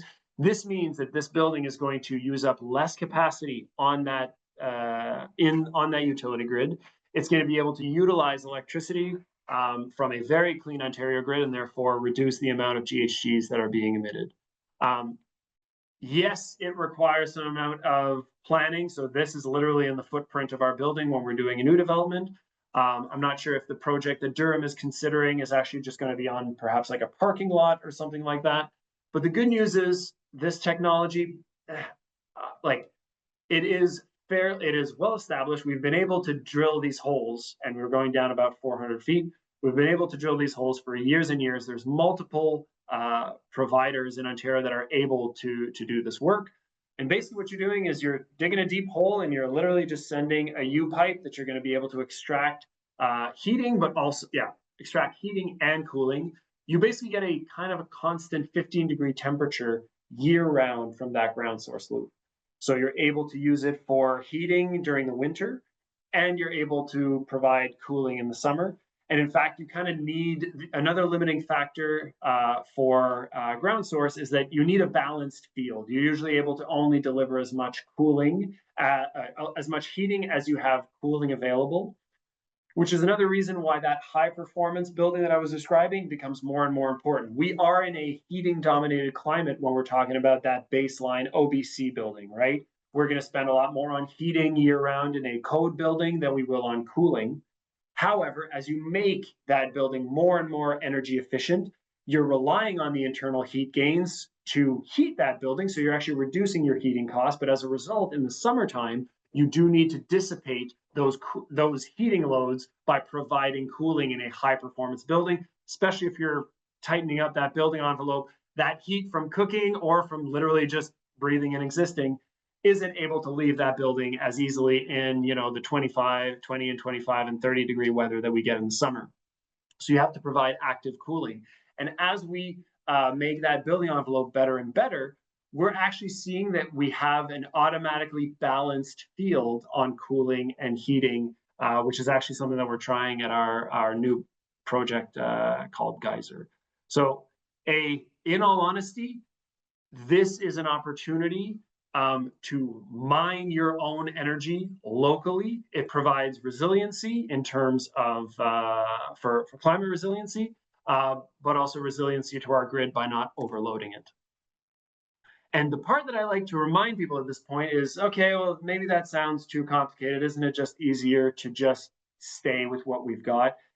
It costs us something to do nothing. We're doing total cost of building ownership analysis now that suggests that we are you are going to be spending millions of dollars on this building, and that includes the utility costs that you have to spend by not having that efficient building that you would be able to save if you were to do a high performance building. And one of the ways that I like to frame this is, here is an analysis of Ottawa's energy consumption in general. So this is literally, if you drew a boundary condition around the entirety of Ottawa, every piece of energy that is coming in to feed it. And here's the thing, Ottawa doesn't export a great deal of energy. We generate a very tiny amount at Chaudière Falls of our own electricity. But there is about $2.7 billion. So that would be the graph on the right. If you total that graph, it's about $2.7 billion, about 1.2 to power vehicles, so which will be our diesel and our gasoline that is imported into Ottawa. And then in the green, about $1.5 billion that's going to powering our buildings, whether that is through electricity or natural gas or even heating oil and propane. The reason I like to show this is that this is what it costs us right now. So an argument could be that there's actually a $2.7 billion market just in Ottawa. We're sending that money out. And when you think about a geothermal system or a solar system, and I even include high performance buildings in there, that's ways for us to capture some of that $2.7 billion and pay ourselves. Because that solar array is generating power locally, it's employing local contractors, and we're basically paying ourselves a piece of that $2.7 billion pie. Similarly, when we're doing any sort of geothermal work, or if we're doing or any sort of heat recovery, we are capturing a piece of that $2.7 billion because it's less money that we have to import. And in all honesty, we have to remember that money, the money that we pay on an Enbridge bill, it's not staying in Ottawa, it's not staying in the province, and most of it's not staying in Canada. We're literally exporting those funds to multinationals. So a way of stimulating our own economy would be to actually have these renewable sources of energy that could employ local contractors paying for us to mine, quote unquote, which is through the sun and through our geothermal exchange, to mine our own energy locally and capture some of that $2.7 billion that we're currently exporting. And this is just Ottawa as one example, right? And similar, I mean, the graphs might look a little bit different in different cities, but regardless, a great way to stimulate the local economy. So what does it mean for your project? So guaranteed, we're doing something a little bit different. So I like to highlight some of the differences that could factor into some of these different projects. So we're definitely going to be changing the boundary conditions on our project. So often people just say, hey, we're just dealing with our site, right? Like we don't necessarily have an impact outside of that. We're trying to incorporate some of the negative externalities that happen, that are being exported outside of our site. So that is some of the GHG emissions. We have to realize that when we choose to put natural gas on our site, we are having an impact that is going beyond our site, because those GHG emissions from the natural gas emissions are going to be contributing to a larger context, right? But we're also making choices that are impacting our neighbors or the local grid. So, hey, if we are choosing, we got to make sure that we've got the capacity to accommodate our building and the build out of the future thousands of units that we're trying to add to our portfolio or to the housing stock at large. And that is going to, the choices that we make on our building are going to have impacts on how many other units we might be able to add to the overall grid. Obviously, the environment, one thing that I like to frame, because often when you're doing a new development, you see a green, oh, it's a greenfield development, you know, there was nothing there.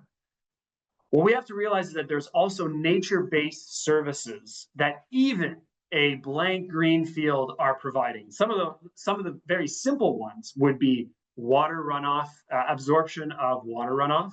You've got heat island effect reduction. Often we've got biodiversity questions or implications, as well as ideally, maybe even got a carbon sink, maybe you had a forest there, water filtration when you've got a marshy area. All of those, it's not to say that we can't build on that particular lot, but it is important to realize that as a result of doing this project, we are removing the ability of that site to provide that nature-based service that it was before. What are we going to be doing about the water runoff that now will be hitting a permeable surface rather than could have been absorbed into the ground? How are we planning on mitigating the heat island effect that we now might be exacerbating as a result of removing green space? Obviously, how are we dealing with the additional carbon that may not be, well, that we're adding to the overall budget, as well as removing capacity to absorb it? Looking at the environmental boundary conditions, very important.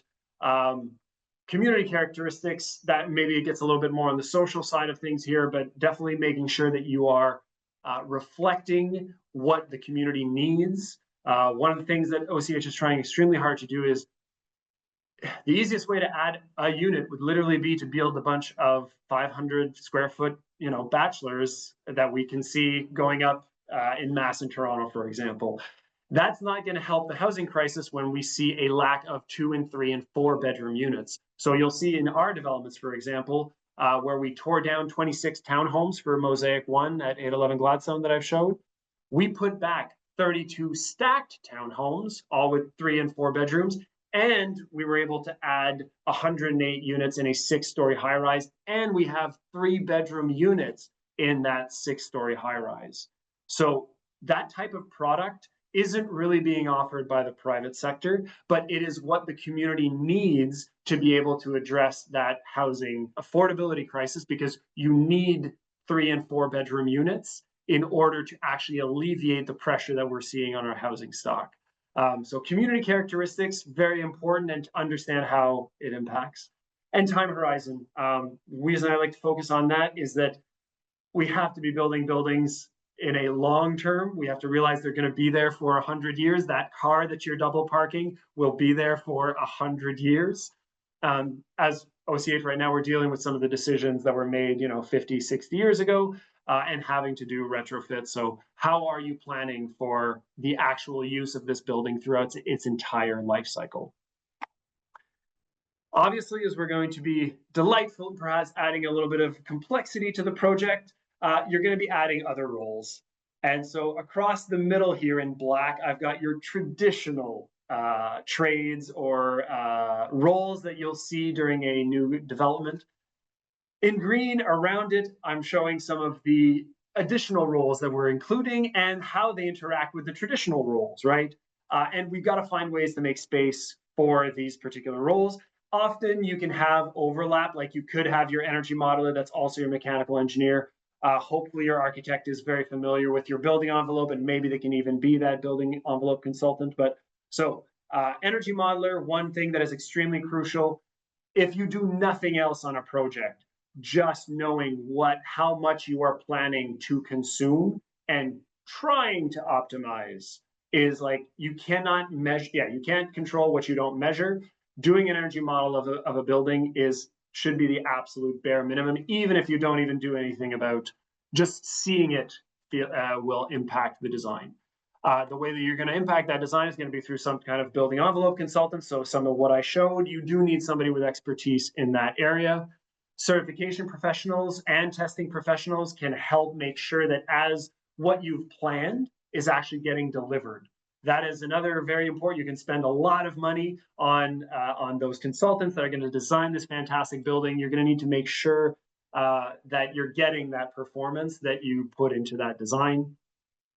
And because we're going to be dealing with some amount of renewable energy and sustainability consultants, those roles need to be captured somewhere so that there's somebody that is actually speaking up and making sure that, hey, have we optimized the roof for solar design?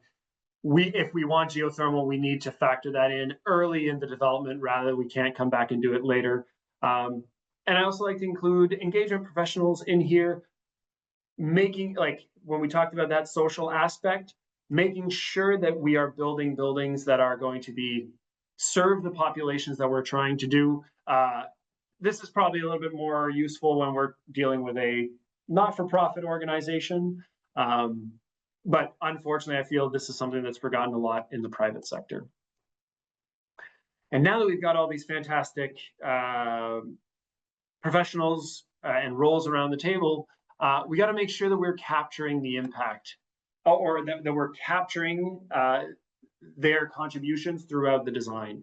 And I just like to highlight this. This is getting to like tiny logistics, but it's making sure that all of those roles that we just added figure in the difference in the different processes that the existing development pipeline has. So understanding who is accountable and responsible for delivering on the targets that are established. How we're going to make sure that the meeting minutes capture, often you'll have a civil section, a mechanical section, add a sustainability section within your minutes so that at least at every single meeting, everybody knows, hey, we're going to need to talk about this. And in all honesty, if I sit in on a lot of architect meetings or design meetings, just the presence of that item on the agenda helps make sure that everybody is aligned on how we're going to be achieving it. Obviously, throughout the design phases, I put design phases in drawings here. Unfortunately, sustainability will touch various aspects. Like you'll have a little bit in the electrical, a little bit in the mechanical, a little bit in the architecture. It can get very cumbersome to provide feedback on the different design phases through that. Just acknowledging that and trying to make sure that everybody's aligned and looking for some of these items. I mentioned testing and verification, which will guarantee that that hard work you've put into the design is actually going to be translating to an actual build to the building, and involving the project management, or the construction manager or the design builder, however you end up structuring that contract. Very important that they are on board and aware of the targets as well. Now we get to, so we've built that we've designed that building, and now we're getting into, we've built it, it's been delivered. We have to realize that a lot of the life cycle cost will be related to the fact that building will be around for the next 60 years. So it's great that we have a plan for delivering it on day one, hand over the keys. The job is not done. And in fact, that's why I'm so happy, like some of the Durham people, you guys are the ones that are going to be operating this thing in the future. It's crucial to have you at the table as part of this process, because those ongoing energy and water costs, the staffing and operations, and the maintenance of these new systems, you are the ones that are going to make sure that it's an actual success. And I've witnessed it several times. Humans are terribly ingenious. Even the smartest sensor can be bypassed if we don't understand why it's there or what its goal is, right? So it is extremely important to include that whole aspect, which includes the operators, which are crucial to the process. And so it's making sure that we can bridge that design gap. So how do you take those carbon budgets that we get from the theoretical design, right? Then we are transferring that into how we're going to monitor the project and how we're going to be reporting on it. And installing those kind of key sensors that we're going to be able, maybe there's a building automation system, that's how we're going to be reporting on it. There should be a commissioning process. So beyond the actual testing, on day one, are we actually getting that performance? Hey, this is what we designed. This is what we're actually seeing, making sure that it does on day one perform.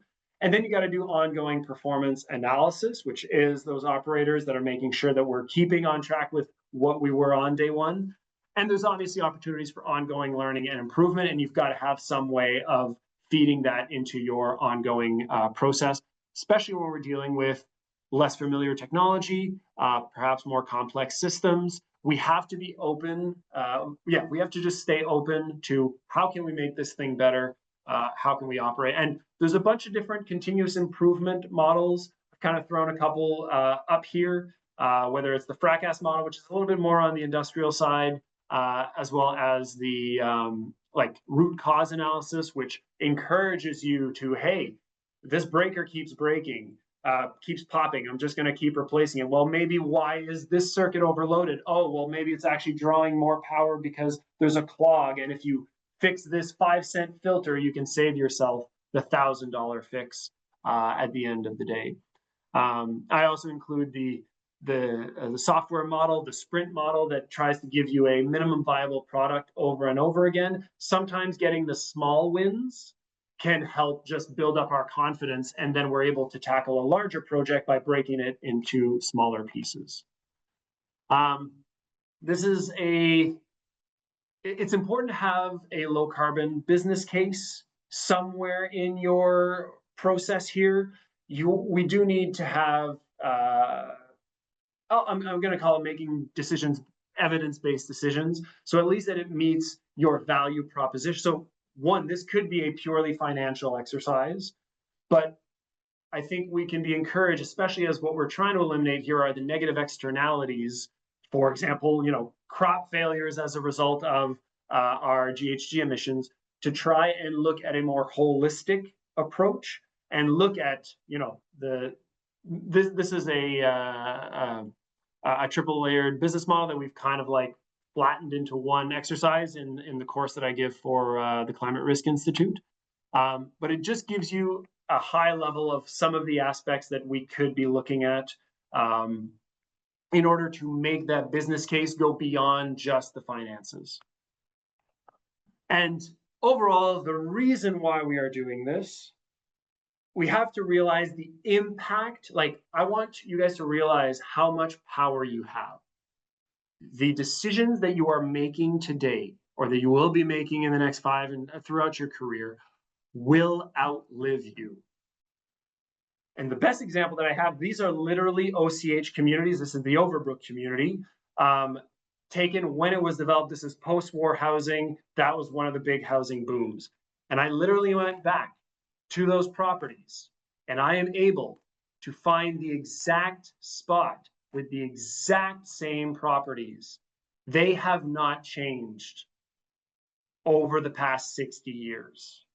They are still there, and therefore the decisions that were made in the 1960s and 70s, we have been living with for that year. And how are we? So it's just to empower you guys to realize that the decision you're making today is going to outlive you. So I would strongly encourage you to make very, very good decisions when it comes to sustainability. And voila, that is it. Hey, 45 minutes pretty much on the dot. Bam.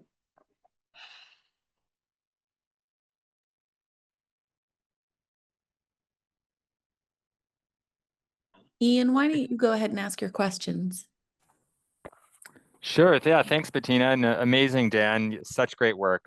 I've seen you speak a couple times, and it's just, never ceases to amaze the leadership you're bringing to this sector. So thank you so much. But yeah, my question specifically on the geothermal. So I just to introduce myself. I work with Durham Region with Meaghan and Andreas and others who are here.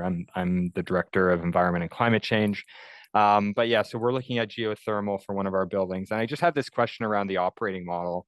And speaking with your colleagues, is it Centertown, the Centertown group there, where they've like looked at a couple different models and have decided that they're actually more wanting to do geo as a service and not have to operate it, and they don't have that expertise, so they want to hand that off. Like, so I'm just curious, have you thought about that? And maybe OCH is of a scale that you've got more of that internal capacity and expertise as compared to a community housing provider that doesn't. So I'm just, maybe that's my question for us. What might you recommend, or what trade-offs have you seen in that space?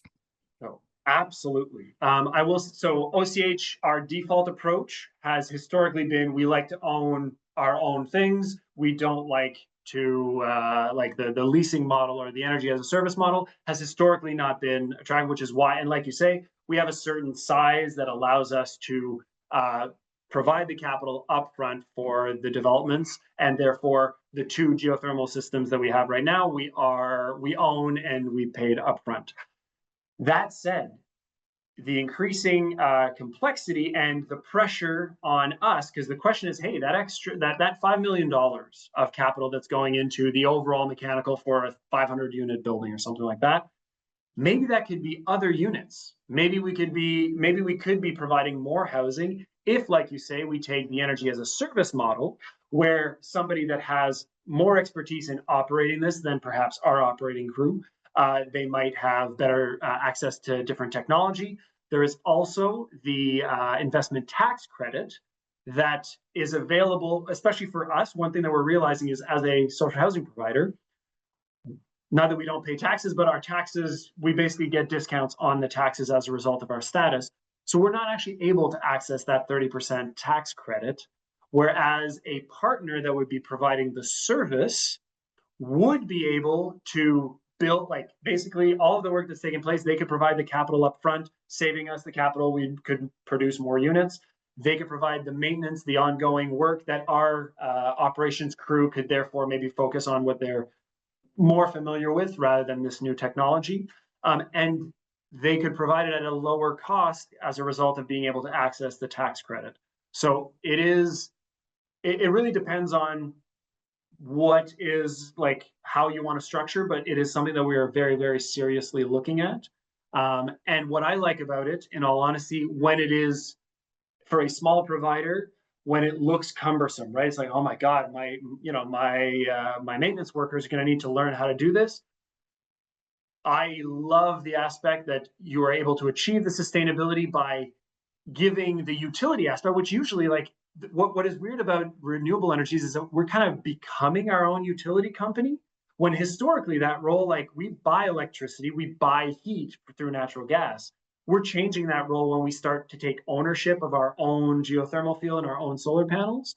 So the actual answer is, maybe we keep that utility model, which we are very, very familiar with. They've put the capital into the infrastructure, all the lines of transmission. They maintain those things that get us the utility. We just pay for the kilowatt hours. Hey, we can do that exact same thing. You pay for the boreholes. You are familiar with this. You maintain that asset. We'll just pay you for BTUs, which probably allows more companies to get into that space. It provides hopefully more competition, which means better rates. And I think it makes it more accessible. So yes, I love it. Thank you. So you are considering moving away from the direct ownership. Okay. In fact, we are, I'll say, some of our new developments, we are literally carving out the mechanical portion, and we are looking at tendering it separately exactly to achieve that goal. Right. Great. Thanks.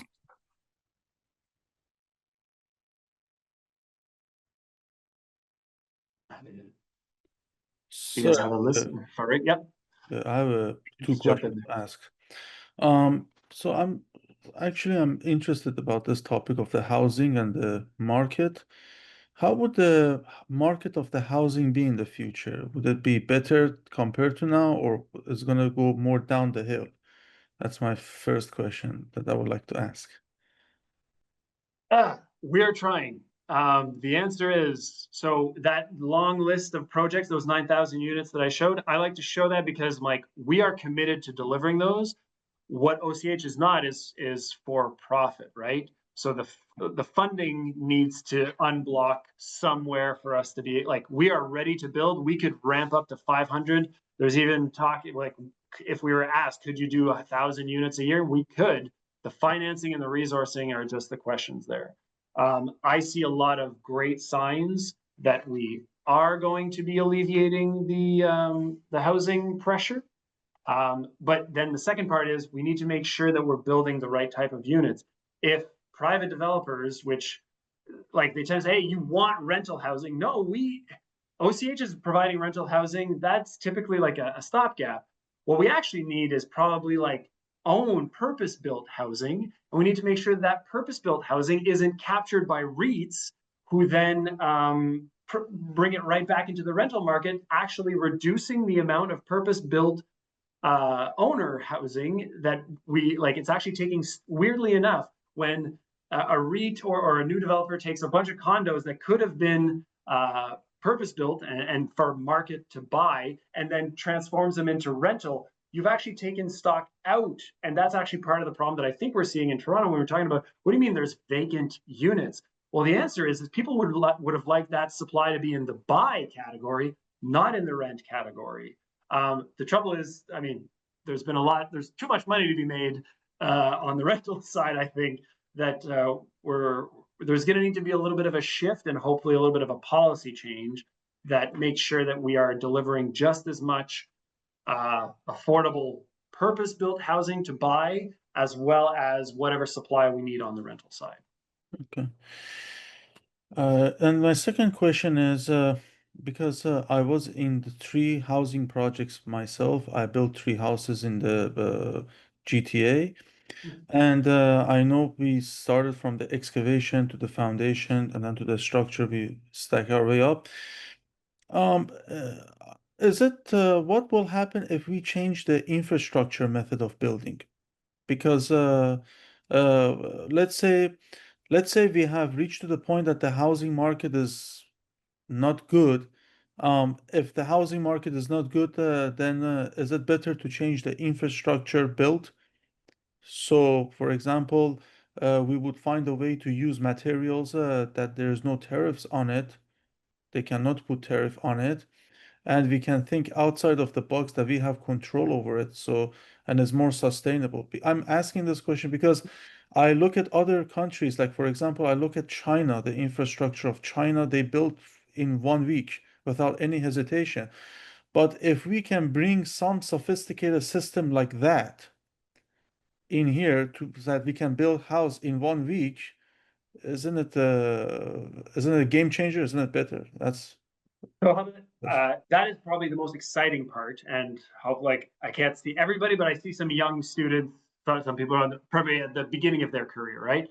I do believe that some amount of prefabrication, some kind of panelization will be part of that future, just because in order to deliver on some of the targets that we're trying to achieve, we have to change. We are still building buildings the exact same way we were in the 1960s. So that Overbrook project that I showed you, the big innovation that we had back then was that, hey, let's build the basement first and put the furnace in the house so that we can build during the winter. This was a big innovation that doubled the construction season. We're still building like that. So absolutely, there's huge room for innovation. And I do believe that some amount of that should be panelization, prefabrication. And I do believe we're starting to see the industry respond to that. And Canada, like, we export most of our lumber. It is so strange to me. We should be able to respond very easily in terms of our own tariff-free materials locally, and hopefully with the changes in our interprovincial trade will allow some of that market to just free itself up. But absolutely, there's room for innovation on sourcing of materials. There's room for innovation on how we build, and especially at the speed at which we build. And I really do hope that that will be something that the people younger in your career hopefully are going to be getting a chance to participate in that. Thank you.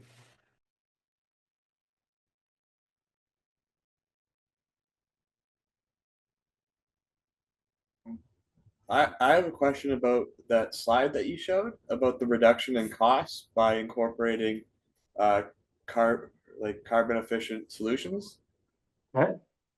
Was it the circle, the pie graphs, or the table that showed the different 5 different levels of performance? The 5 different levels of performance. So when you're discussing it, you're saying that you guys were trying to reach FIAS measurements, right? Or prescriptive measurements. And so a big thing is like, making sure everything's airtight. So do you believe that the reduction in costs also shows, it was also part from learning how to deal with creating airtight solutions, as well as like implementing these energy saving practices? Absolutely. So yes, those costs that we showed there are also today. Like we had a cost consultant just cost it today, where hey, this technology not as available as it could be if every private developer was doing this right now. We are still an outlier. Similarly, as you're describing, reaching that air tightness, builders still or a contractor probably still puts a premium on all of that airtight envelope. Whereas if everybody was doing it, there'd be a lot more competition. You'd probably see the prices come down. So the prices that we showed there are what like today we are seeing in the market, and we can justify tomorrow on this build that we're literally putting out to tender. I do strongly believe that there are potential drops of 20 and 30% in cost, both of the equipment, because it'll be more available, you'll have more selection and therefore more competition. And as the contractors become more familiar with the type of work that we're asking for a high performance building, they will stop pricing in the risk. They're like, oh, it's going to take double the time. And then they realize, actually, it really only takes me about like 5% more time. And at the end of the day, I'll just price it the exact same as I would have anyways, right? So yes, I'm hoping that as we push this more forward, we're going to be seeing there's opportunities for even more cost reduction on that capital side. Yeah, hopefully. Yeah, thank you. Oh, I see Danielle's got a question. I'm not sure we can. Oh, there we go. Different disciplines and in the design phase and whatnot, and the new professionals that were gonna be brought into these projects. I believe that's a good example of what a integrated design process looks like. And I wanted to know, like, does the OCH have those professionals like within the organization, or do you outsource like architects, and how do you coordinate them to be like integrated within those disciplines? Yep, absolutely. So the way that we've approached it, like we have some internal, like I guess I will champion it, if you will, but we've got some amount of knowledge, like some of our other development project managers are passive house trained. But really the way that it makes it into the actual project is that we've added to the scope of work of that primary architect. So when you start a project, you're going to enter the design phase. You put together a program of, hey, I need 100 units, I need it to be this tall, it's going to be at this site, all that kind of stuff. But you also tell that architect, hey, I'd like you to put together a team that is going to be able to do this. And we literally have, like, it is a very long, we've got pages and pages of every single task that we are expecting. Hey, we want an energy model at this stage. We want you to do a sound test. We want you to do a traffic test. We want you to do civil, like all of those things. And so we outline those. And we've started incorporating, hey, you're going to have a passive house consultant, you're going to have a building envelope, or at least that role is in there. And the architect needs to find, hey, I can add this to this particular person's role, or I'm going to need to go out. And in all honesty, what we saw at the beginning is they needed to contract it out to another firm. But more and more, we're starting to see, no, we've got that resource internally. And that's how we're seeing the industry start to just, nowadays you can typically ask the architect and they'll have most of those roles, whether internally or at least have a good relationship with a firm that can provide it. There we go. Thank you. That's awesome. Awesome. Well, thank you for the question. There we go.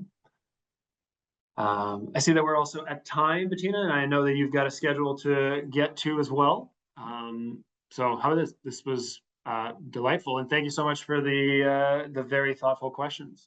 Thank you, Dan. Thank you so much. We do have a LinkedIn group for our group of students. If you're okay, we'll send you an invitation so the students can be in touch further. Appreciate it. Good. All right.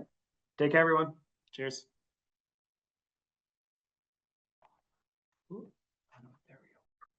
All right, so we have a coffee chat now, and this person we have speaking with you today is the manager of the climate program at the Mars Discovery District. Please join me in welcoming Ria Perval. Hi, everyone. It's nice to meet you. It's happy to be here. Thanks so much for the introduction and the opportunity to come and chat with everyone. As mentioned, my name is Ria Perot. I am a manager on the climate programs team at Mars. I lead our Mission for Mars Better Buildings program, which is aimed at accelerating the adoption of Canadian clean tech in the built environment to create more sustainable buildings using Canadian technologies. So lots of things on the go, lots of projects that we try to do at Mars, and happy to talk about Mars or the Better Buildings program or anything in between. I was told I didn't need to prepare anything, so I didn't, but happy to be here and excited to chat.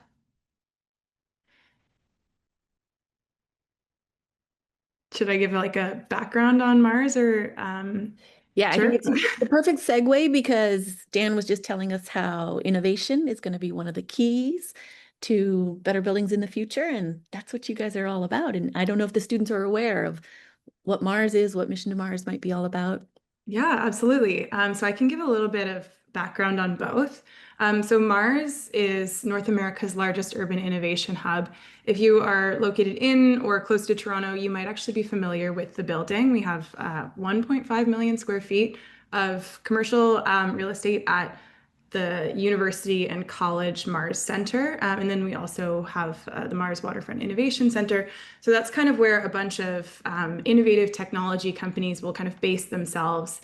We have lab space like wet labs. We have lots of office space, lots and lots of event space as well. So we always have a lot of things going on there to kind of create the environment for collision and people to meet each other and, you know, innovative conversations to happen. But what you like is kind of enclosed in that building as well. And where I work is actually the nonprofit or charity part of Mars, which is focused on helping Canadian early stage companies grow and commercialize. We're not only focused on clean tech, we support everything from clean tech to health and biotech and everything in between. But we do support over 1,200 Canadian companies as they're kind of facing the same things that early stage technology companies often do, like how to hire people, how to market their product, how to raise money, raise capital, and talk to investors. So we have a variety of services aimed at that, and that's kind of sector agnostic. And then we also have some kind of targeted programs that are more so focused on specific areas. So our Mission from Mars program is for, it basically finds key areas where there's lots of technological innovation to happen or that is happening, and lots of decarbonization that needs to happen, or you know, other climate goals in the built environment. We might be thinking about things like resilience and adaptation, and many opportunities for technology to kind of support getting us where we want to go.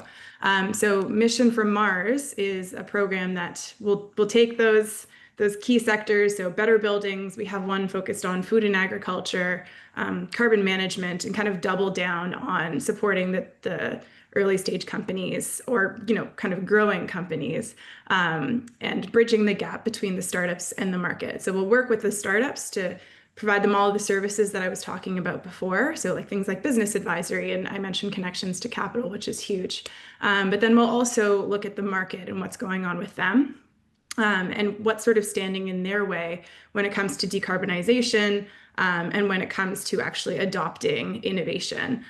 So it could be really anything ranging from social and legal barriers to actual technological, like feeling like the innovation isn't there, the supply chain isn't there yet, a whole range of things. And then we find sort of key leverage points and we double down on trying to make them not be barriers anymore, whether that be through giving, you know, a grant to a startup or putting some more sort of publicity on an issue to raise awareness and maybe get some political movement. There's a wide variety of things that we end up doing, but it all kind of comes down to what we hear in our conversations, and what we identify through our work and our research, and through working closely with startups. So yeah, that's a little bit of background, just seeing the chat. Yeah, are any of you innovators?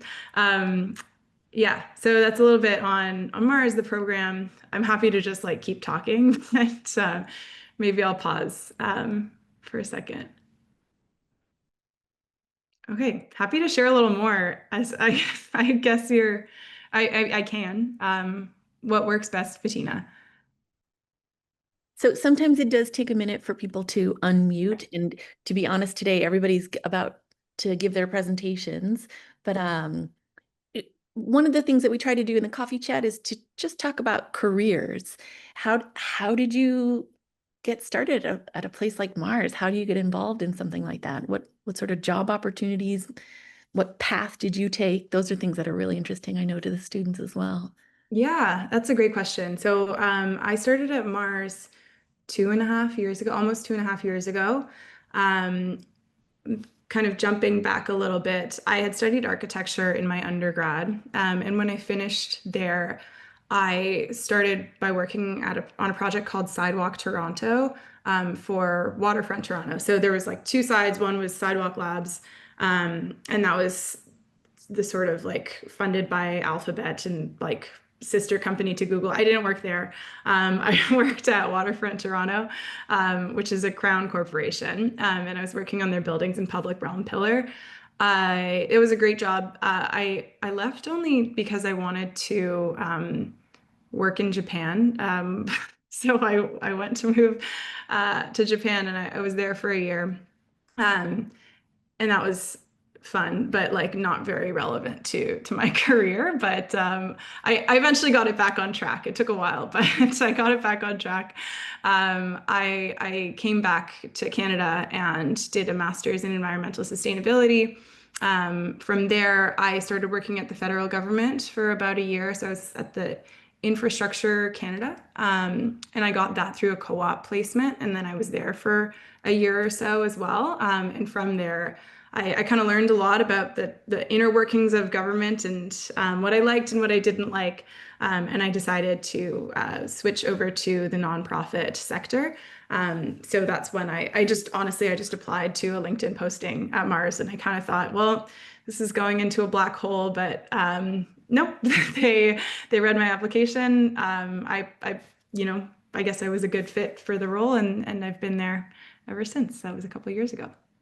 So yeah, weaving careers are definitely the best. Got to see lots of different like parts of the sectors. But what I like about Mars is I can kind of see like how the industry works as a whole, and meet a lot of really smart people without getting too like into the science myself. So we get to work with a lot of different technical founders, lots of like really business oriented people. But I'm kind of more of a generalist, which is nice for me, I guess. How do you like working in the nonprofit field rather than like in comparison to the public sector, or rather government specifically? I don't want to bash government too hard, but what I like about the sort of nonprofit is all the kind of connections that I can make, all the people I get to meet, and sort of the role that Mars plays as being kind of a convener and bringing together different parts of industry, including government, but also including like the developers and the architects, and the innovators that are creating the sort of next generation of important solutions. So I really like meeting all of those people, and hearing what they're up to and kind of seeing the broader landscape and the trends. Where I think working in government was really great was just sort of the impact.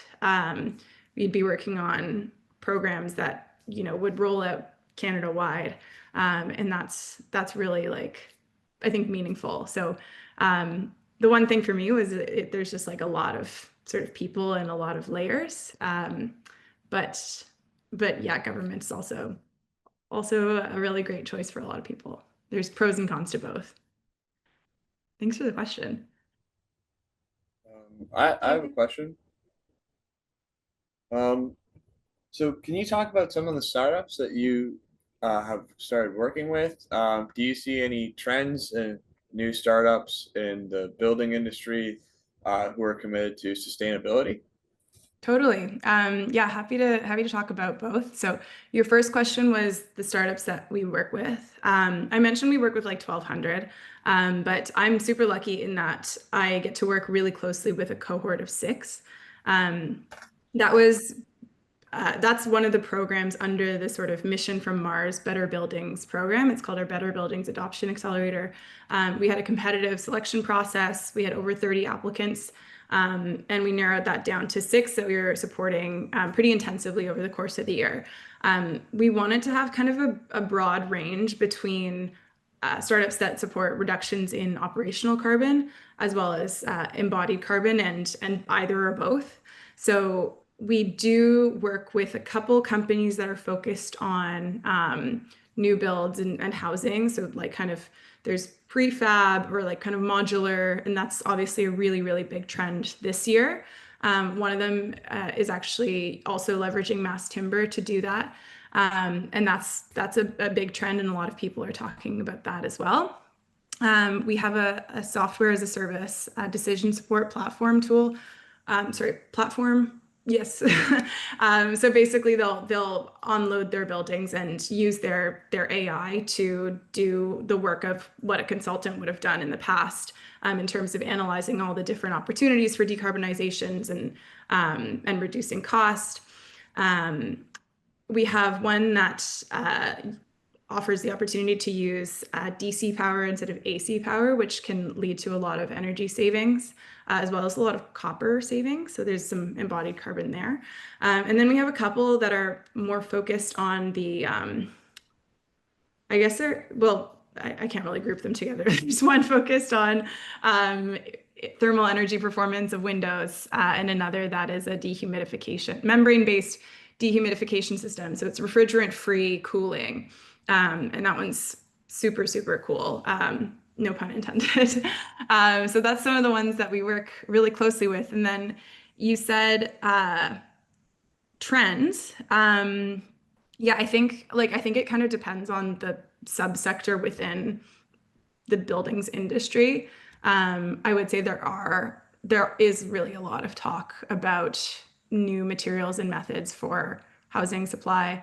So that, as I mentioned, the prefab, the modular, yeah, I guess also like low carbon concrete is a big topic of conversation. And we have a few startups that are working in that space, and that's on the new build side. But I mentioned that sort of software as a service decision support platform.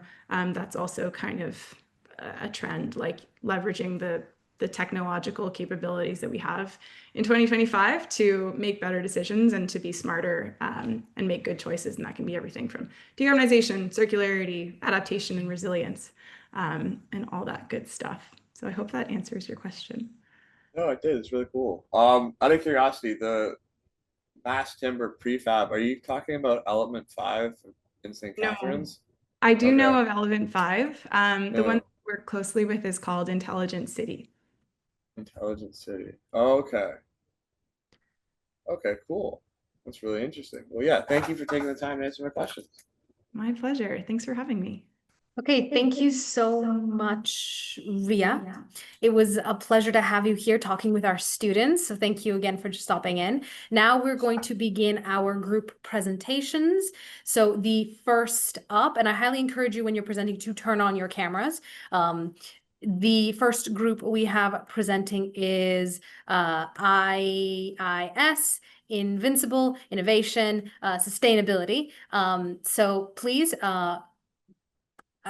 feel free for whoever is responsible for your presentation to share your screen so that everyone can see that. Yeah, turn on those cameras. Awesome. And as a reminder, you have 10 minutes. We will send you a little warning in the chat when you've got like 1 minute left, and then afterwards there'll be some Q&A. We have some guests coming in, some faces you might recognize, some faces who you might not. We've invited a whole bunch of people to come see you all present, so they may have some questions for you at the end, or your fellow students may have some questions at the end. So whenever you guys are ready.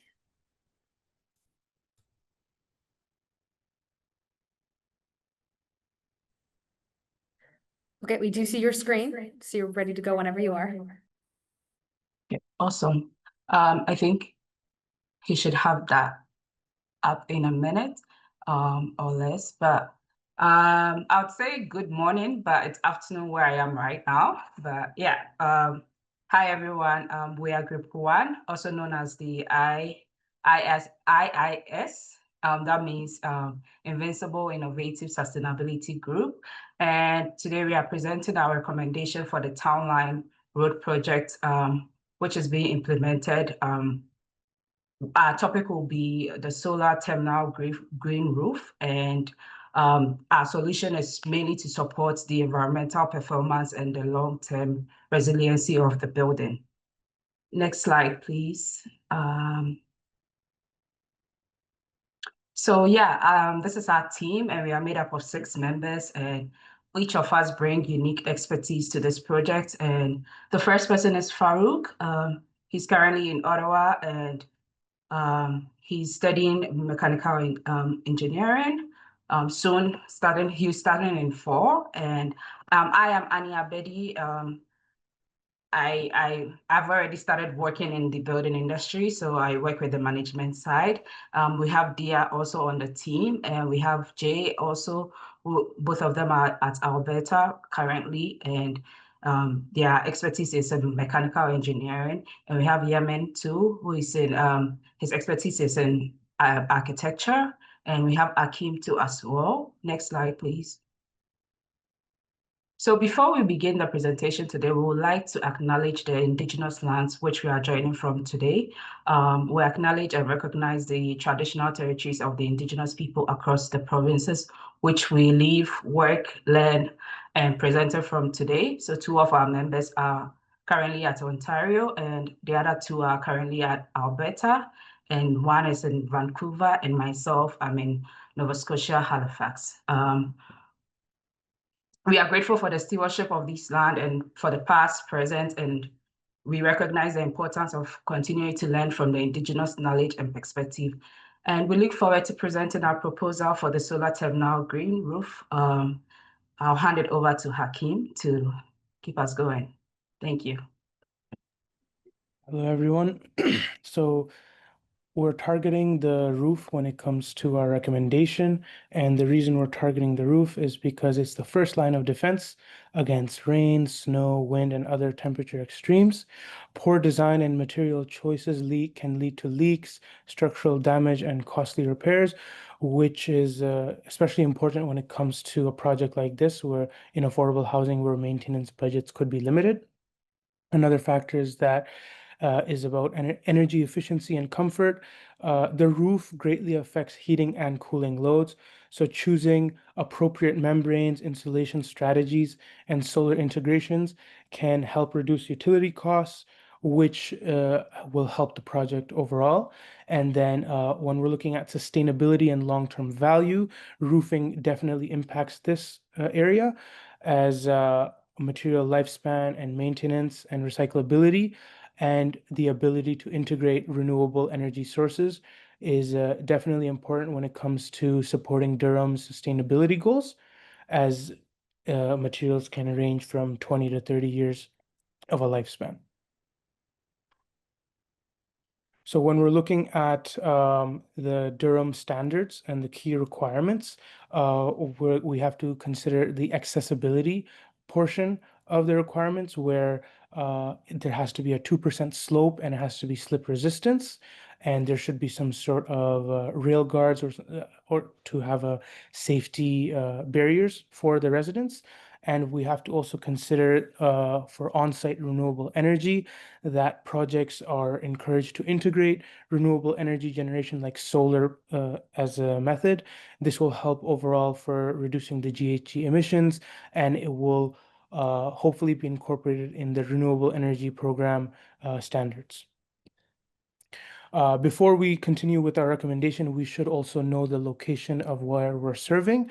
So because Durham is in the GTA, we were able to gather data from Energy Plus, and we can see that the temperature ranges from -20 Celsius all the way to low 30s. And this is an important factor because we're working at two different extremes. And we can see from the solar radiation graph on the right side that between the spring and the fall that there's a lot of potential for solar radiation. So it's an avenue for us to receive this potential solar energy. I'll lead it over to Yemen. And here are some rendering for our building roof design, showing the final look of the roof. We see the roof not only the core of the green building strategy, also the heart of public life. It means to be a place to people can stay, socialize, have a coffee, read, and spend the afternoon. And we have around approximately 60% of green roofs and solar panels, and some open areas about 40%.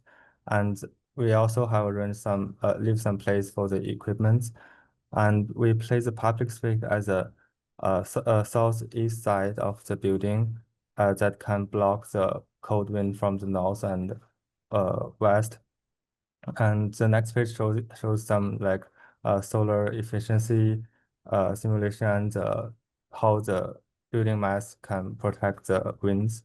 Can you please the next page? Okay, and that's my part.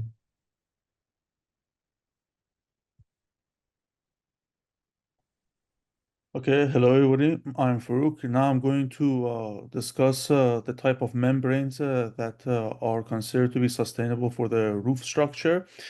Well, the first one that we have found was the modified bitumen, SBS, and APP roofing. This membrane is sustainable and has a life expectancy at around 15 to 25 years. In terms of maintenance detail, well, we have to ensure that it is inspected, the material, to make sure that it's not cracked, that there is no form of blistering or some form of a seam failure. We have to ensure that the UV radiation of the sun doesn't have any impact on it. And also, it is very vulnerable to ponding water and freeze-thaw stress. So in terms of maintenance level, this is very highly, you have to always check the maintenance of the material to ensure that this material is maintained properly, and this is a very vulnerable material to be used. In terms of sustainability and consideration, it's very durable and familiar technology. Next slide. So the second option of the membrane is the topothermoplastic polylithium. This one has a life expectancy between 15 to 30 years, but most common is between 15 to 25. And in terms of maintenance, we have to monitor for the punctures from foot traffic or debris. And also in terms of the surface wear and UV degradation, it is very visible on white. And the good thing about this material is that the white surface, it doesn't receive too much sun heat. So basically it rejects the sun heat. And in terms of maintenance level, is very moderate. So this one, you have to regularly maintain it, but not as the previous one, the bitumen one. And in terms of the sustainability factor, it is very highly reflective. It has a white surface that will improve the energy efficiency.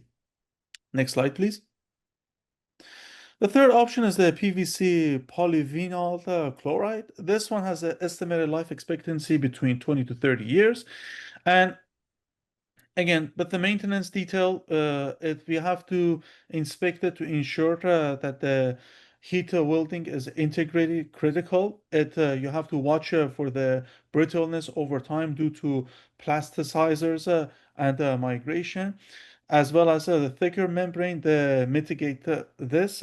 in this case, you have to make sure that this material is checked so that it doesn't become shrinked and it doesn't become cracked. And also, it's very maintained wise, it's very moderate, as well as the sustainability and conservation. It is it has a perfect chemical and fire resistant. So it's really fire protected. And another factor of sustainability, it has a higher upfront cost and its environmental concerns from chlorine and plasticizers. So next slide, please.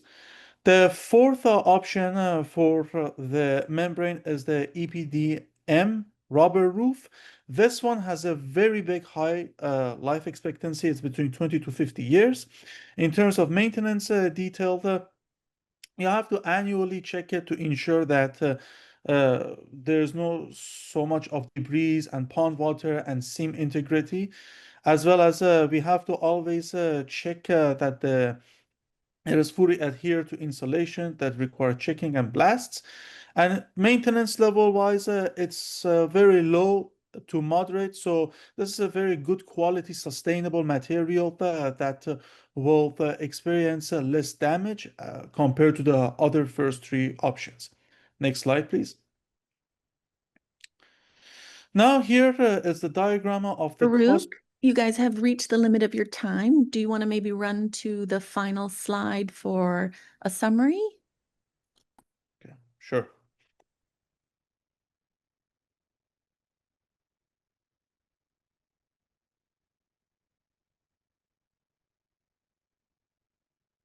Jay, you're muted.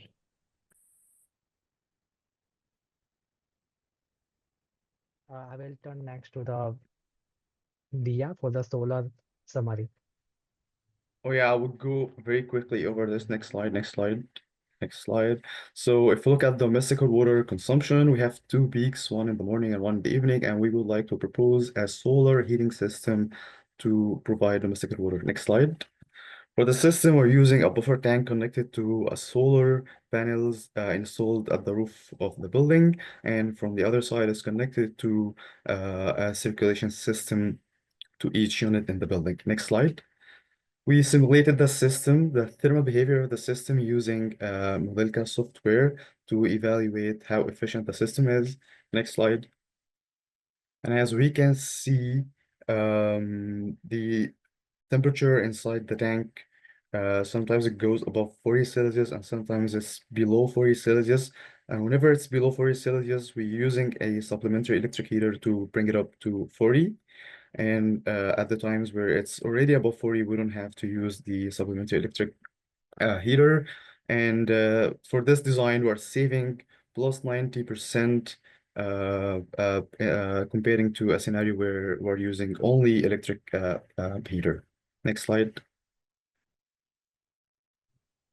So yeah, thank you. This is the resources that we used. And if you have any questions, let us know, please. Thank you.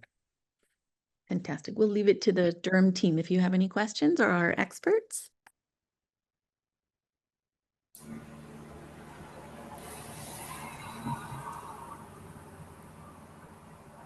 Can you show that 3D massing again where there's a solar panel? I just wanted to see which approach you took. But yeah. And am I understanding that you put a white roof in here? Was that the recommendation? Or when you went through all the roof types, which is the one that you elected? We went with, I think, the fourth option with the white, what is it? EPDM with the white covering to have the reduced heat absorption on the roof. Okay, I'll just make a quick comment. Those are extremely difficult to maintain and keep them clean, especially if you have higher buildings. That this area is going to eventually get developed, and we're going to see a lot taller buildings that are looking down, just the way this render is shown, that are looking down to this building, and you may run the risk of it just becoming a place to collect dirt.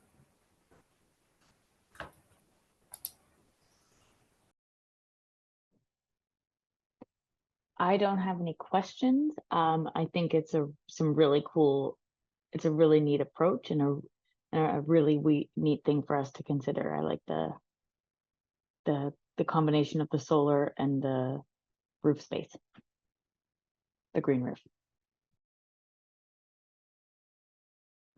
Appreciate that. Our main goal was just trying to implement a renewable energy source via the solar panels and have a partial green roof to like help lower the emissions. And in terms of the membrane, I mean, that's not necessarily our exact recommendation as to which membrane to go with, but based off of Farouk's research, EPDM was the better option out of the four. And Thank you actually, so much. can I ask one really quick question, Diana? I do have one. Of course, of course. If you go to the solar powered domestic hot water, what I just wanted to know was what if you have examples of this successfully being implemented on buildings of this scale.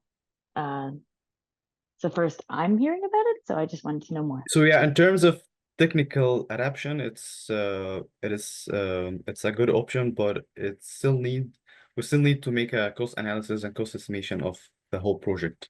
This will be a very important parameter to decide whether these systems can be implemented or not. But technically and physically, yeah, they can be implemented, and they prove they have a great efficiency.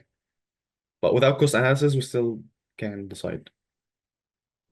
Awesome, thank you. Thank you so much to IIS. Now up, we have Carbon Crushers. So please feel free to turn on your cameras, share your screen. And once again, you will have 10 minutes to give your presentation.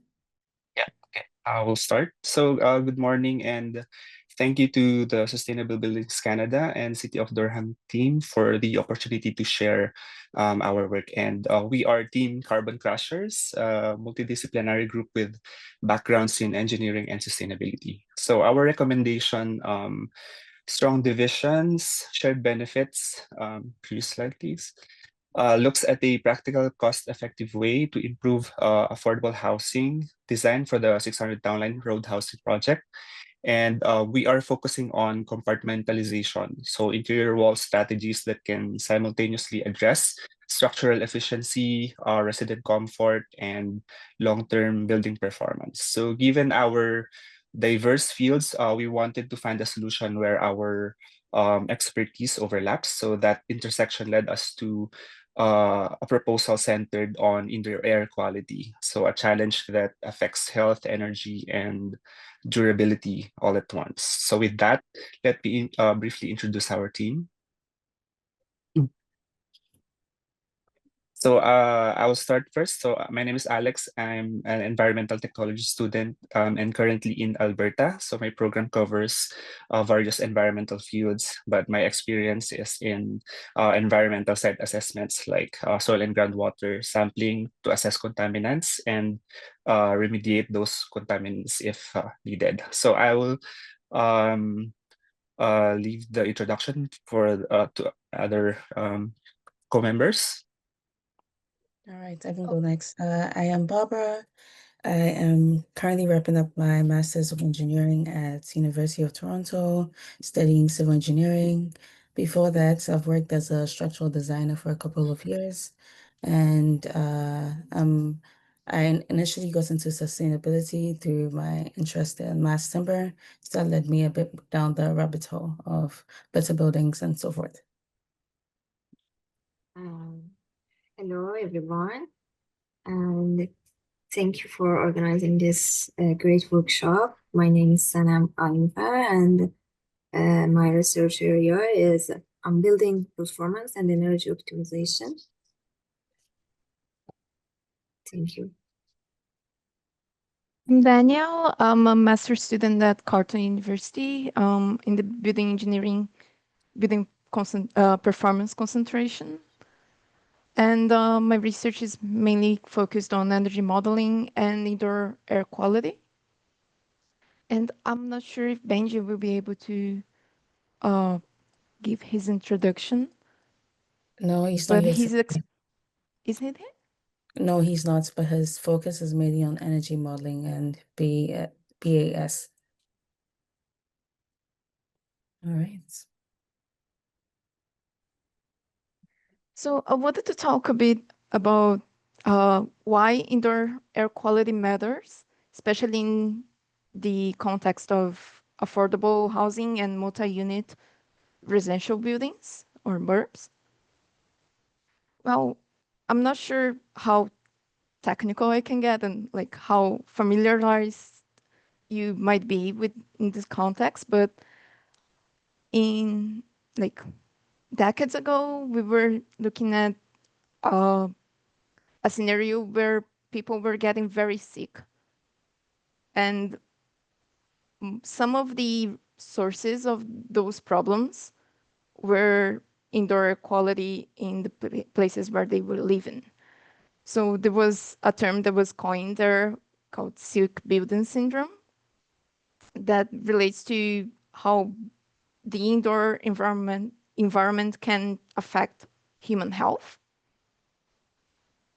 And especially in terms of affordable housing, research shows that occupants are usually subjected to higher contaminant concentrations, especially for PM2.5, which I don't know if you are aware of, but this is particulate matter, so very fine particles in the air.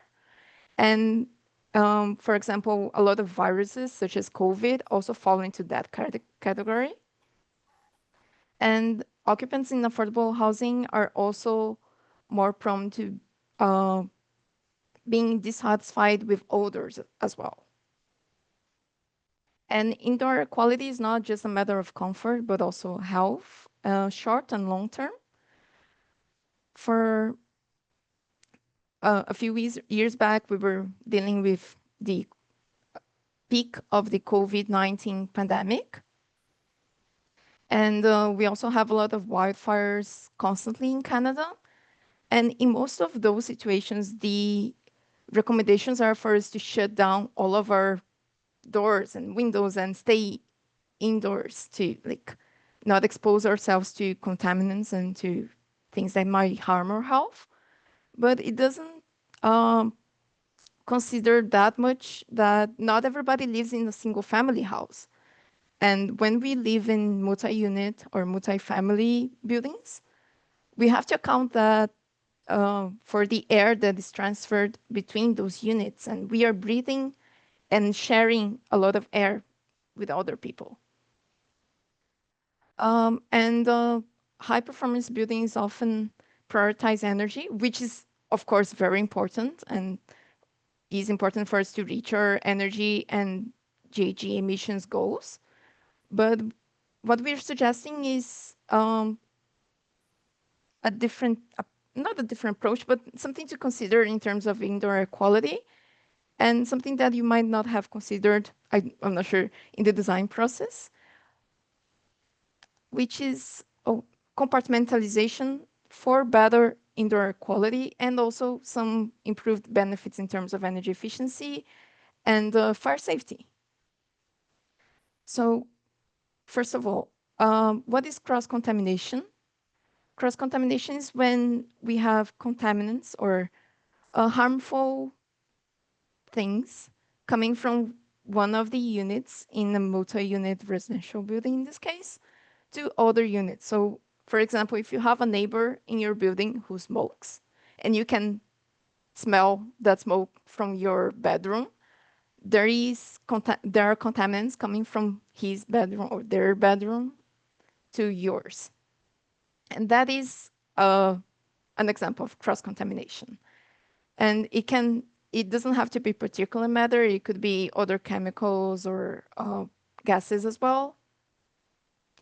And in this case, we are proposing measures for compartmentalization, which would be to make our internal partitions more airtight.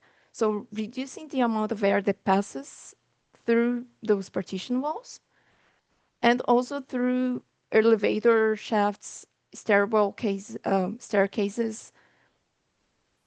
And that can bring us a lot of benefits in terms of reducing cross-contamination, so the amount of air that's coming from other units. And then that can also lead to better fire safety and smoke control. So if we're only providing air to units through pressurized corridors, and we are required to have door undercuts, big door undercuts to provide all of the fresh air to the units. But that also can bring smoke if there's a fire in the building.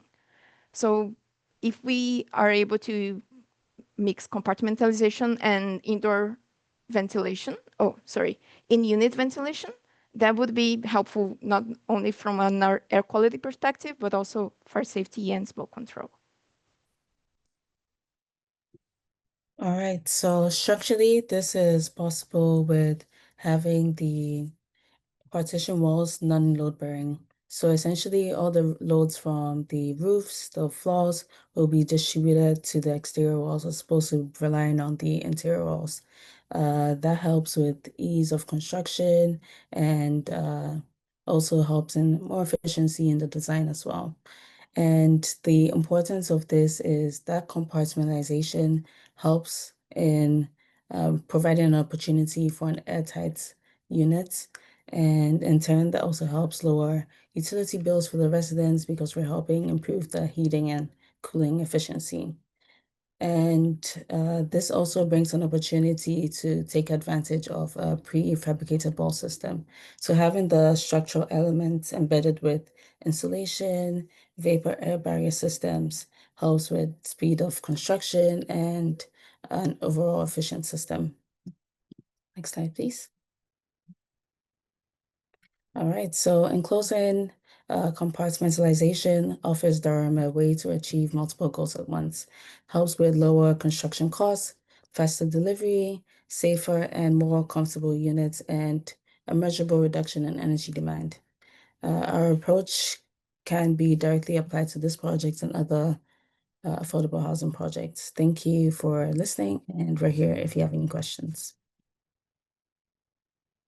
Thank you so much, Carbon Crushers. Once again, we open up the floor to questions from the audience, the Durham team specifically, of course, but anyone is, of course, welcome to ask any questions. Sorry, I just want to add my point. Unfortunately, I didn't have editing access to the slides on Drive, so I couldn't add my points there. So I will just go through them verbally now. So when we think about energy modeling and carbon emission, there are a lot of factors like orientation, windows, wall, materials, HVAC system, but not all of them matter equally. So that's why we do a sensitivity analysis to see which decisions really make the biggest impact.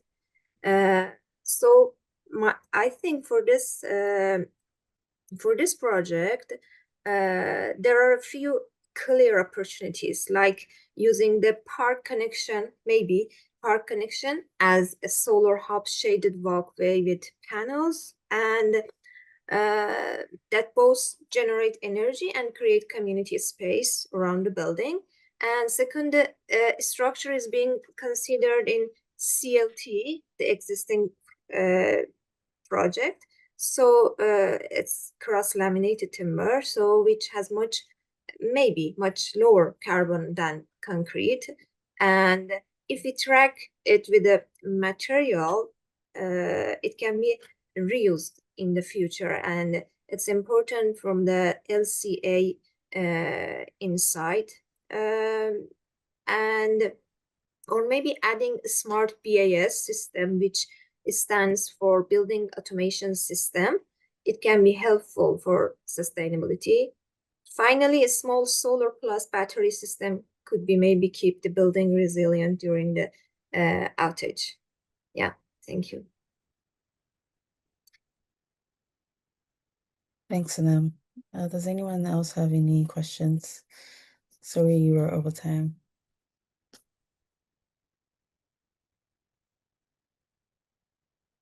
That's good news or bad news?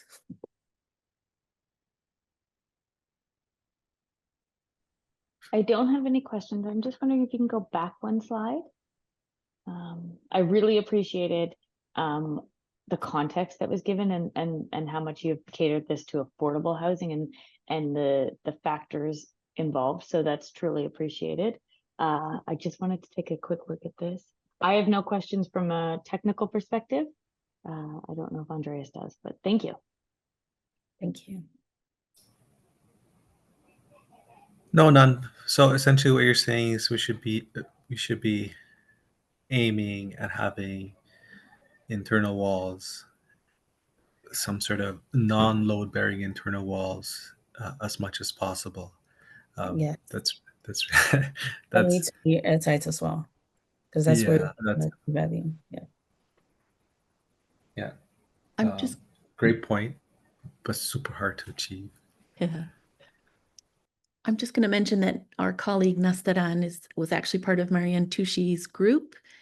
And so she's a fabulous resource if the Durham team would like to ask any more technical questions as well. It's great to see this research being highlighted by students coming in. Fantastic. Hello, everyone. Thank you for your great presentation and thanks for bringing this important topic into the discussion. I don't have any technical question, but I really appreciate that considering, all these important parameters related to IEQ, acoustic comfort, air quality comfort, especially for the social housing and the impacts on the human well-being and comfort and health in the building. Thank you. Yeah, thank you. Thank you so much. Thank you, Carbon Crushers, one more time for your great presentation. And now we are got Fantastic Four up. Once again, 10 minutes. Please share your screen and feel free to turn on your cameras as well. Hello, everyone. Good morning. My name is Syed Ishraqusen, and I'm part of the Fantastic Four team. Today, our presentation will be focused around or exploring how housing can integrate both social programs as well as technical design strategies to kind of strengthen community-centric living in context of the Durham's 600 Town Line Road project. Could you go to the next slide, please? So today, we'll be going through, on the social side of things, we'll be recommending a sort of intergenerational housing program that fosters support across generations. On the technical side, we're looking into a shared courtyards and community spaces paired with solar energy integration and energy efficient landscaping to create a more sustainable, family-friendly environment. So together, these recommendations show how housing can go beyond private units to build a more inclusive, resilient, and socially supportive communities. This is kind of an overview of the list of contents we'll go through. This is kind of a little broad, but yeah. But before we dive in, next slide, please. Quickly wanted to introduce my teammates. I'll just go through it because for the sake of time, we have Maham Dar, Olivia Lang, and Pedram, who we all come from a mixed background of engineering as well as sustainability. So yeah, really excited to dive in into our content. If you could go to the next slide, please. So you can see that there are some key priorities that we have kind of focused on overall with our recommendation, which is kind of enhancing the well-being of our of the residents without compromising the sustainability and resilience of the building, as well as ensuring that we can foster a more inclusive society within the building for a more better kind of build a sense of community and keeping everything in mind. And yeah, these are some of the key priorities to enhance the resident living, foster an inclusive community, and ensure a resilient housing. Next slide, please.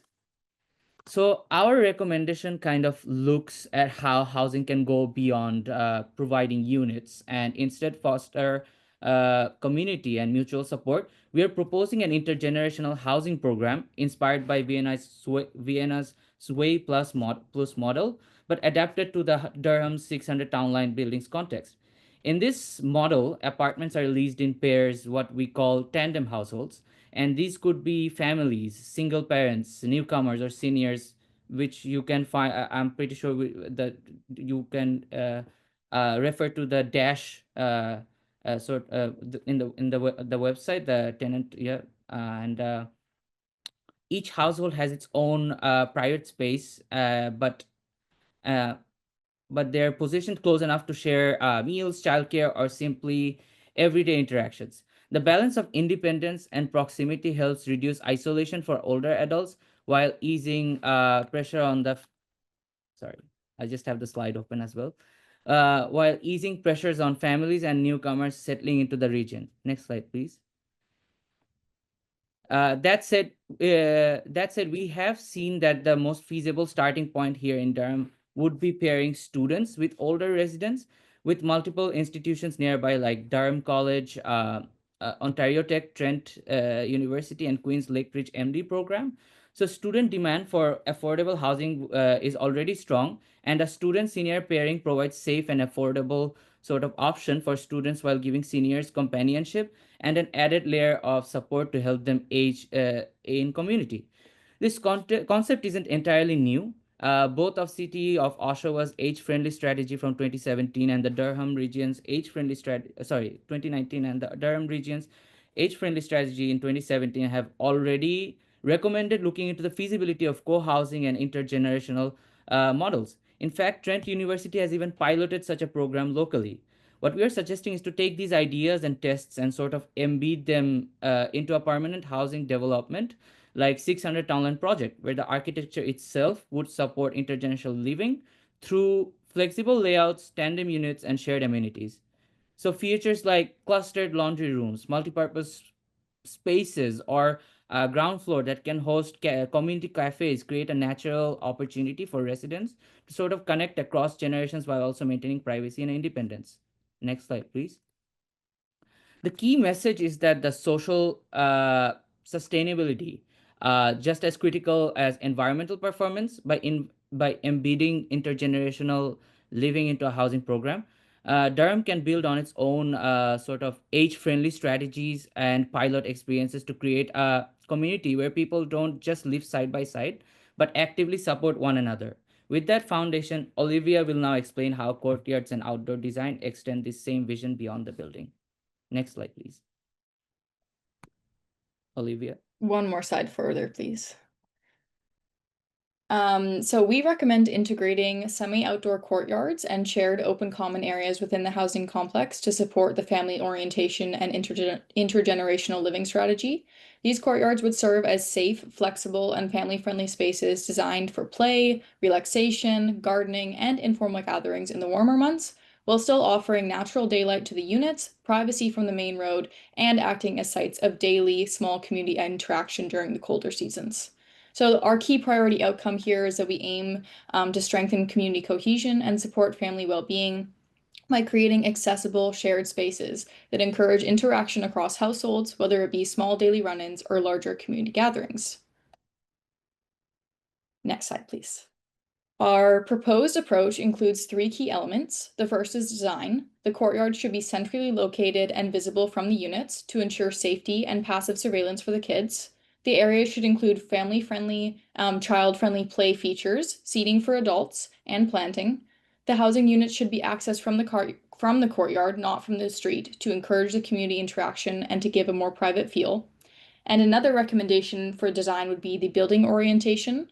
Based on our observation of schematics from various case studies, it is consistent with the trend of an L-shaped or U-shaped layout, with generous open spaces between, designed to foster community interaction, maintain privacy, and create a stronger visual and spatial connection to the Terry Fox Park. The second element is accessibility. The courtyard should ensure barrier-free access for strollers, wheelchairs, and seniors to maximize inclusivity. And finally is climate-responsive design. We should use landscaping that will survive Ontario's climate, including native plants, trees for shading, and permeable pavement to manage stormwater. The design should also integrate indoor-outdoor community spaces so that residents can transition independent of the weather. And next is our rationale. Our rationale is that the personality-less residential blocks with private units facing the roads rarely meet the social and developmental needs of families. and residents of all ages will benefit from safe communal spaces. Courtyards provide a cost-effective way to reduce social isolation, support child development, and encourage intergenerational interaction. At the same time, courtyards contribute to environmental sustainability by providing access to daylight and natural ventilation, with cross breezes and passive cooling, which reduces energy use. Inspired by Evolve One project, we propose a phased installation of solar panels in the parking lot to utilize open space, while also generating renewable energy for residential units, which help subsidize their utility costs.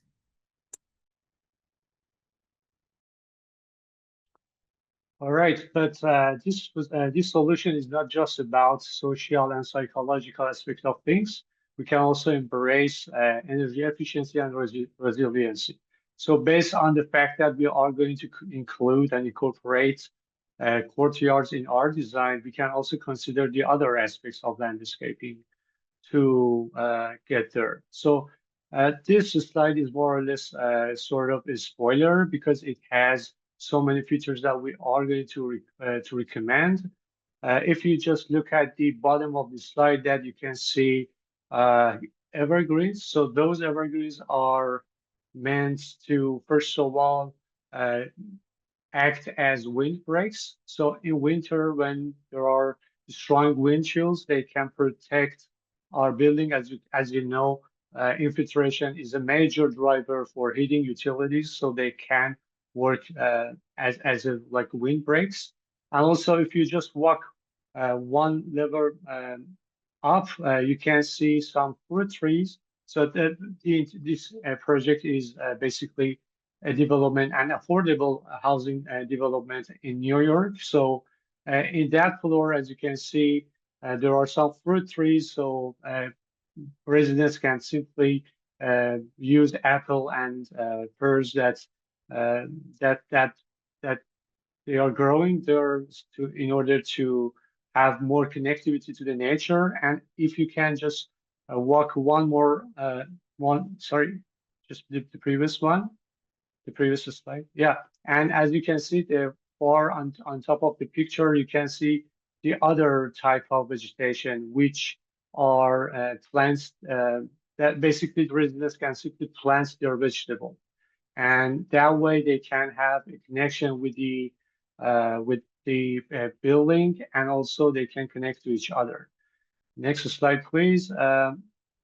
So basically, I just wanted to give you some information about the science behind this proposal. So windbreaks, as I mentioned, is really important because they can simply reduce heating costs up to 30% according to DOE. And also, but there are a few rule of thumbs that we have to consider. The first one is that they have to be dense and they have to be evergreen. Trees and shrubs, especially they have to be planted to the north and northwest of the building. And also there is another thing about like where and how they should be planted. As a rule of thumb, they have to be planted at a distance from the building up 2 to 5 times the mature height of the trees. And also their effective distance is about 30 times the height of the windbreak or the tree. Thank you, Pedram. Your team's time is up. If you wanted to head to the summary slide. Yep, and the next slide is about how we can use it for in order to reduce the overheating risk and also to reduce the cooling load. So again, if you just plant buildings, deciduous trees in the south of the building, you can also reduce that risk and that energy usage as well. And the summary slide, please. Yep, I think that's it. Yeah, thank you for listening. Okay, quickly before we go to lunch, are there any questions for the Fantastic Four?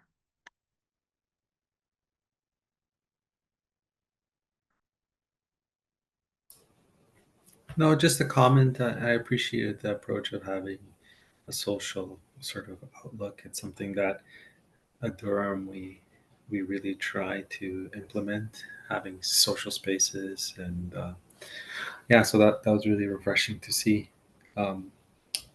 As well, the idea of connecting buildings through courtyards and that sort of outdoor amenity is exactly what we're doing in one of our projects. So it was good to know. It was good to see that you guys are also trying to push this ideas forward. So thank you.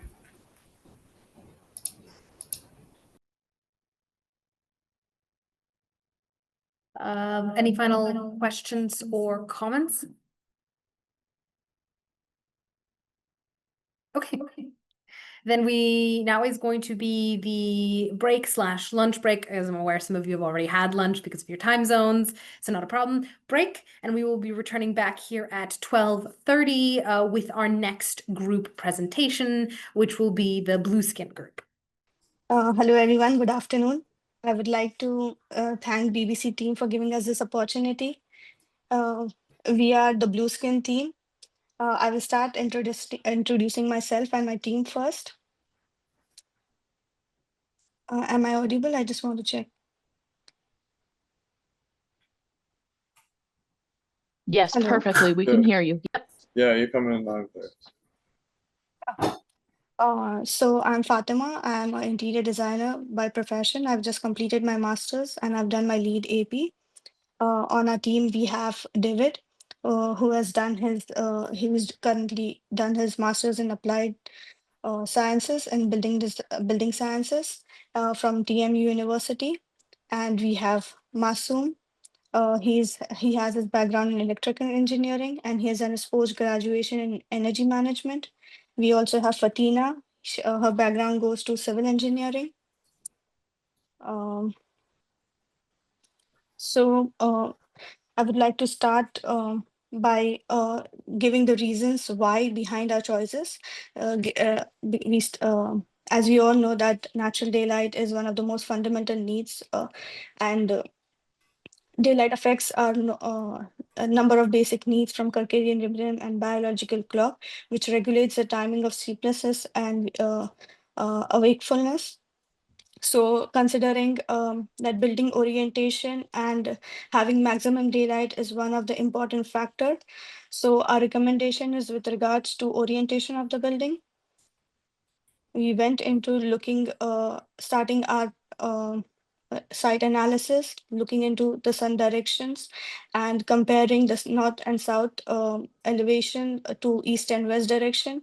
And then I will hand over it to David to further.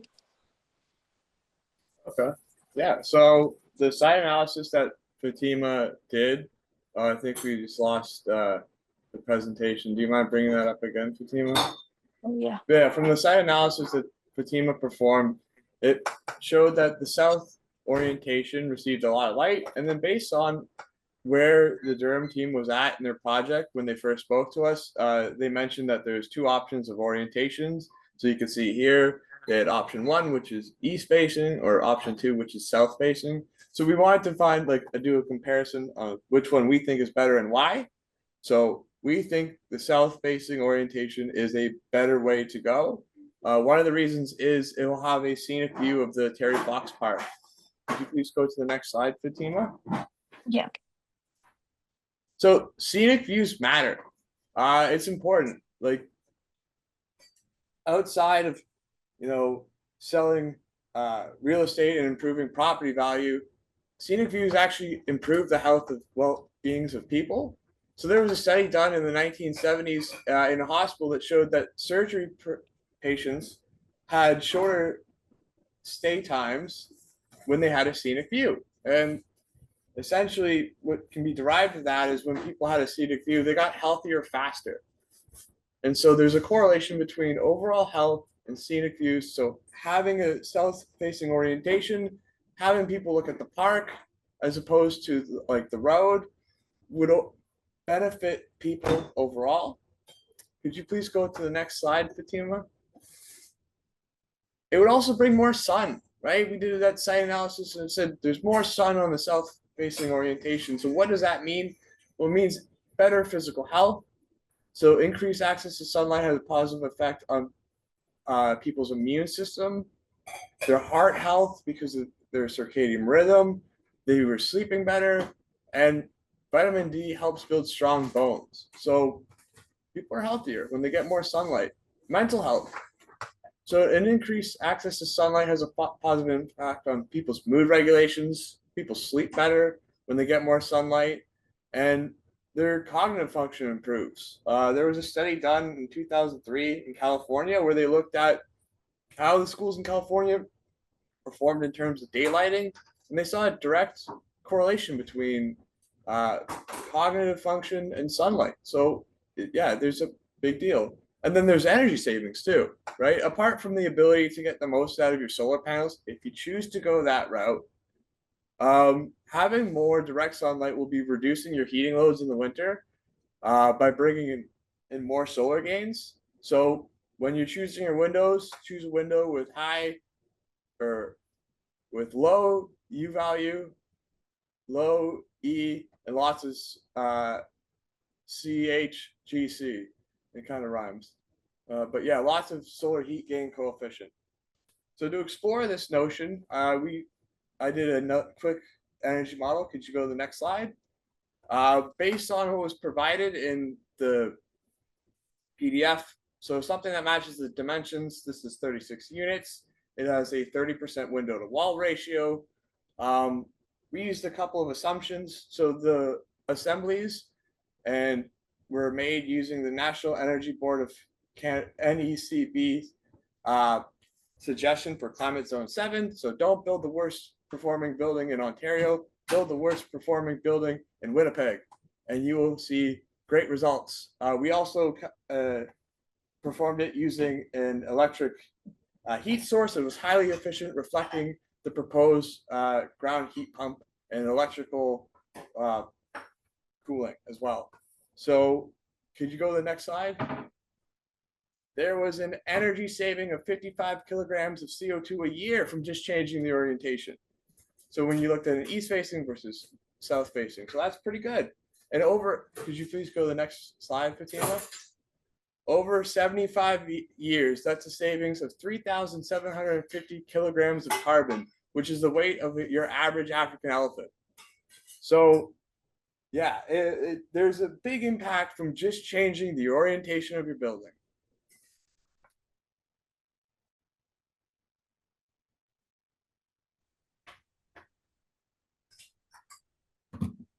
Okay. I think this is awesome, right? Hello everyone. So I'm just gonna tell quick about the windows, which actually we want to prefer for the triple pane windows for the project. So it's one of our main recommendation to use the triple pane windows. As you can see, the thermal transmittance value is 115 to 0.20, which is almost 50% better than double pane windows. So why you choose the triple pane windows? So because of their reduced heating and cooling loads, can eliminate the drafts and provide excellent sound insulation, especially from the roadside for the traffic noise and everything.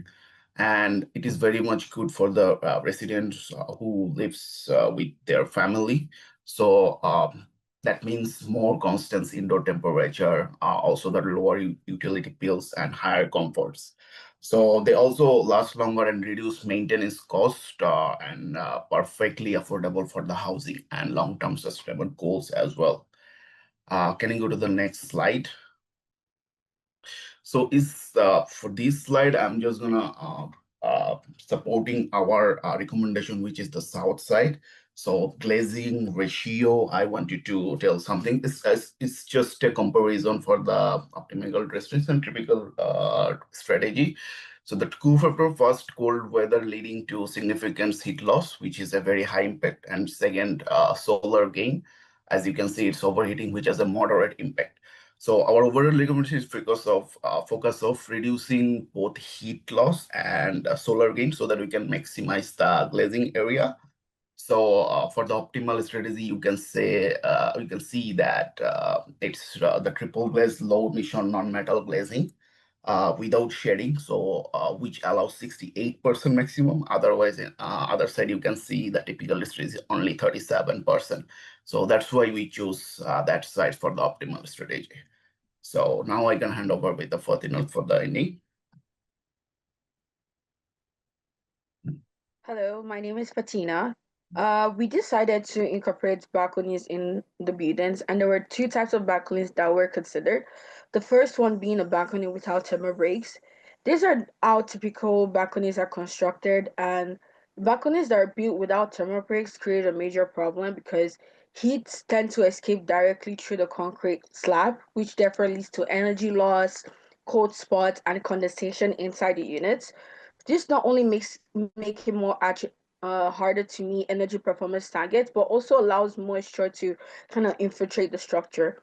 Over time, that moisture tends to speed up the deterioration of concrete and steel reinforcement, which thereby shortens the building lifespan. The second option we considered, or could you go to the next slide? Was balconies with thermal breaks. When we design balconies with thermal breaks, we kind of eliminate those problems because with thermal breaks, it kind of cuts the heat loss by up to 90%, which keeps the building far more energy efficient, which improves comfort for the residents and prevents condensation inside the units. It also aligns directly with the passive house and zero carbon standards, helping us meet Durham's energy performance targets. And most importantly, it also adds community value through balconies without compromising the building envelope performance. Sorry, the next slide. We recommend installing balconies with thermally broken connectors at 600 Town Line Road. We understand that there are concerns about adding balconies, but they bring real value to residents, especially families and seniors. Because if you can remember during the COVID times, balconies became a lifeline for people to just kind of connect to their neighbors, to celebrate birthdays and just to support each other while being stuck inside. So with thermal breaks, we can provide this community benefit without sacrificing like sustainability because they do cut heat loss by up to 90% and they do improve comfort. Thank you.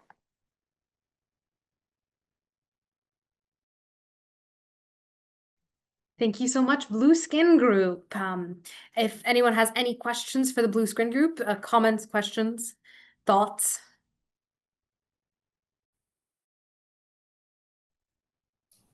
I just Can wanted you to go? say, oh, go ahead. You go first, Andres.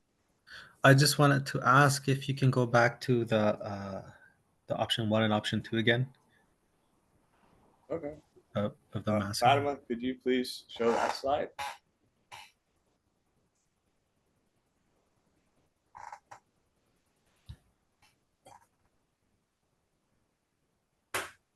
Fatima, are you there?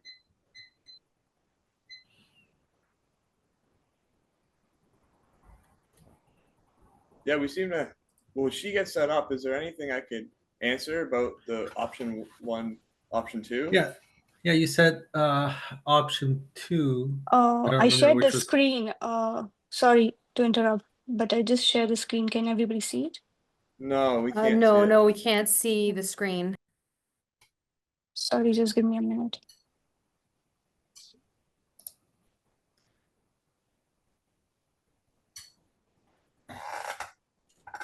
So did you say that option 2 was the one that faces south that's running along Bloor? Yeah. And yeah. that's the most efficient Beneficent, yeah. Okay. I just want to get that clear. And that was because there's obviously a larger exposed south. Is that right?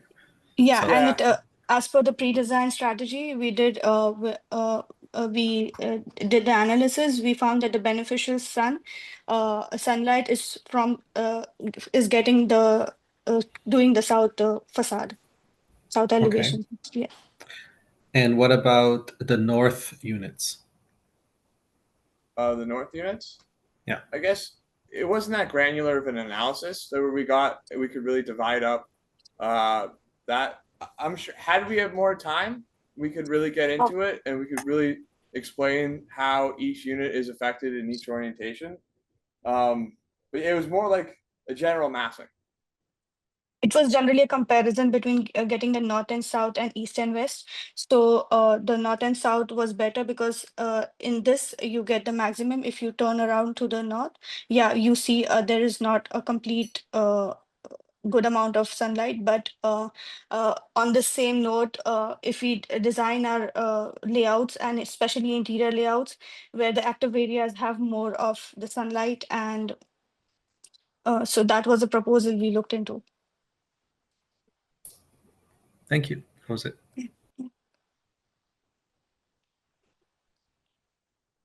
And Any other questions? I just wanted to say I really appreciate the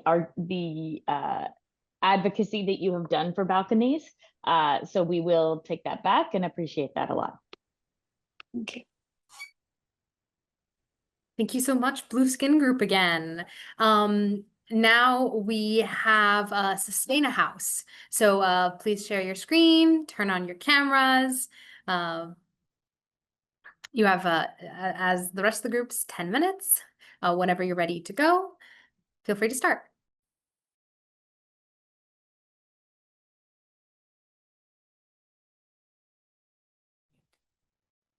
Hi, everyone. Can you hear me well and see my screen? Yes, we can hear you. You're a little quiet. Oh, okay. I will try it. Okay, how about now? Is it better? Yes. Okay, perfect. It's Nega Rahimi. I'm a part of Group 4 Sustain Home. Our idea for better building is community gathering space. So next slide, I'm gonna have introduction about our team members. Arzu Ahmadlu from U of T, Melanie Leblanc, Mike Isag from Prince Edward University, Maggie Yutong Shen from U of T again, Sandy Al-Mazrani from Seneca, Mendy Lauda from McMaster University, Mine Garza Rahimi from Concordia University, and Ahmed Soleiman from George Brown College. So generally our main idea is a shared community green space, specifically gardening, which can provide a vibrant, inclusive, and accessible outdoor area designed for families and residents. Extend the project existing community-oriented vision into an active hub for connection, health, and well-being. Why this matters? First, human and social outcome. Build social cohesion among residents and wider community, provide safe, inclusive, accessible gathering areas for families, and encourage healthy lifestyle through outdoor activity. Second, alignment with project goal, reinforce the project focus on families and accessibility activities. The planned shared community space with indoor-outdoor synergy turns otherwise unused open space into social asset. Research shows multiple health benefit to residents who participate in community gardens. And there are lots of positive outcome for this. For human, it can improve well-being, sense of belonging, inclusion, and integrational connection to the space. For environmental aspect, there would be opportunities for urban gardening, biodiversity planting, climate resilience, landscaping, and for community, it enhances affordability, not just for housing, but in access to recreation and culture. Design and program an outdoor community hub is our main idea, which support community events and social lives like barbecues, picnic, and seasonal gatherings, outdoor wellness classes like yoga or such classes, local food events, pop-ups, or markets. In case of family and child center activities, we can have outdoor play and learning space linked to the childcare center's new programming, hands-on opportunities like a community garden, a mini farmette, and flexible share space a seamless connection with the indoor community room for larger events, and accessible design for all age and abilities. Another benefits can be, another thing that can support is stress relief and mental health session, like group sessions of meditation, environmental benefits like collecting stormwater, and also medicinal planting like lavender or mint. To find good idea for this suggestion for this project, we start studying two main case studies. The first case study was Bâtiment 7 in Montreal. It's a community-run multi-use cultural hub which started working in 2018. The building originally used to be a factory, and then it turned to a cultural hub, another building surrounding as well. So I want to give you a brief summary of how it's working and how we are gonna inspire by this project. We are gonna consider this project in two aspects. First is livability.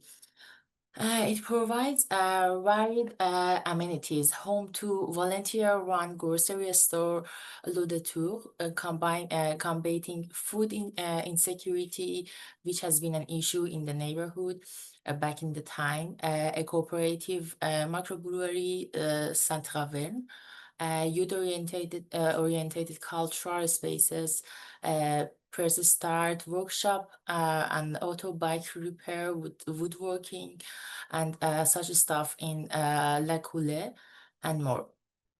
Another thing is inclusive governance. The democratic horizontal structure ensure decision-making reflects community needs and values.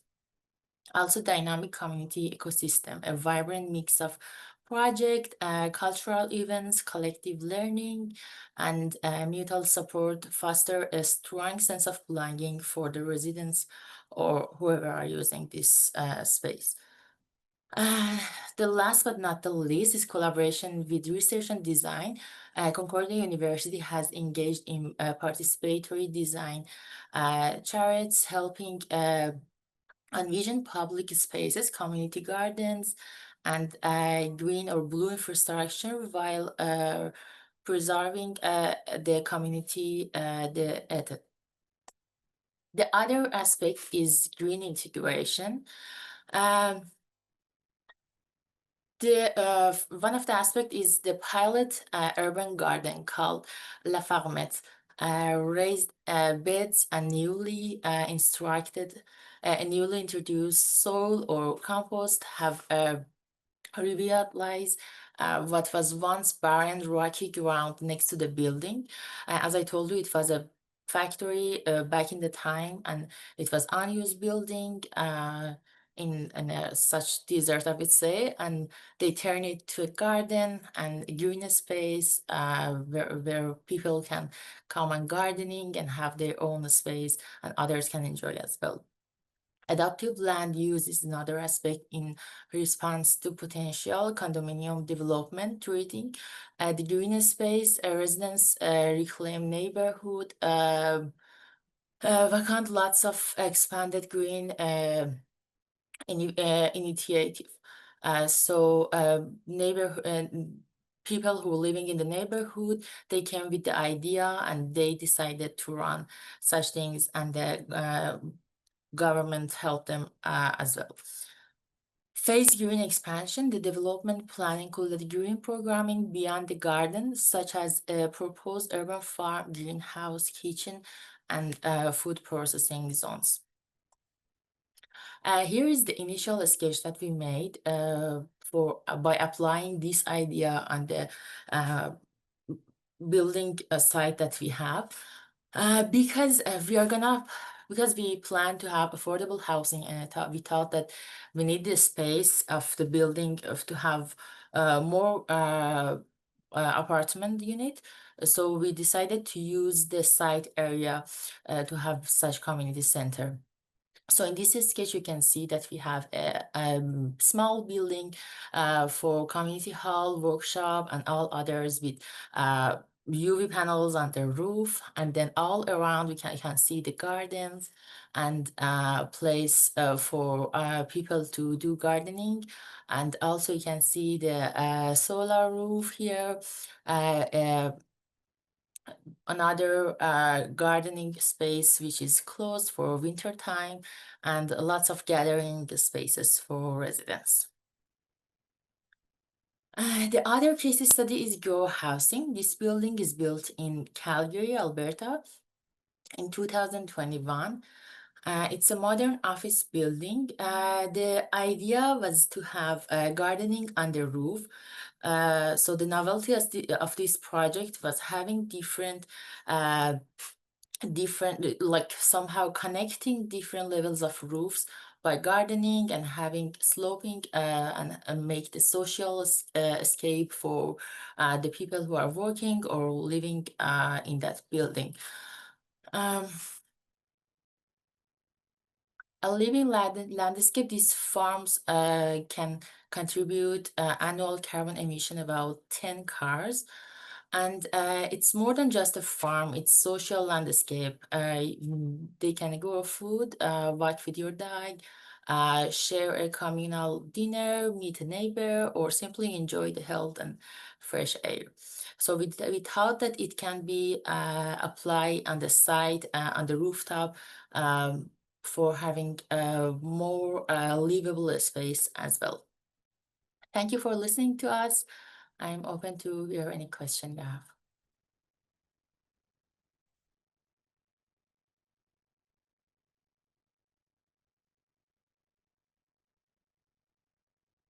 Thank you, Sustaina House. Do we have any questions or comments for them?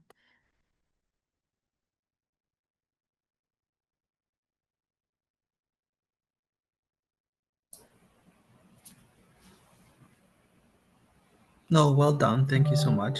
I appreciate the whole approach to thinking of making these green roofs more of a social connection. There's always a maintenance second set of or a maintenance lens that we need to put onto these sort of projects.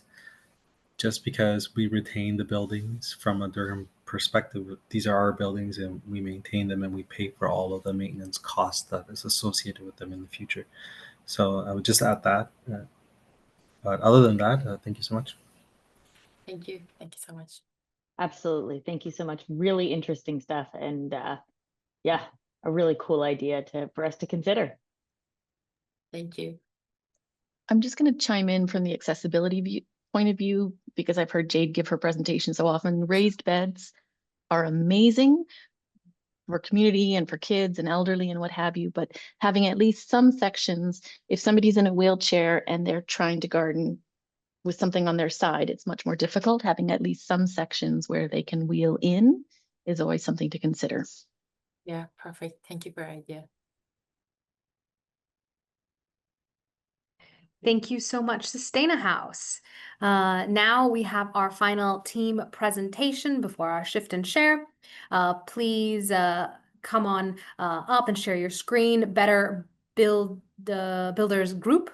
So please share your screen. Please turn on your cameras. You have 10 minutes. Start whenever you're ready.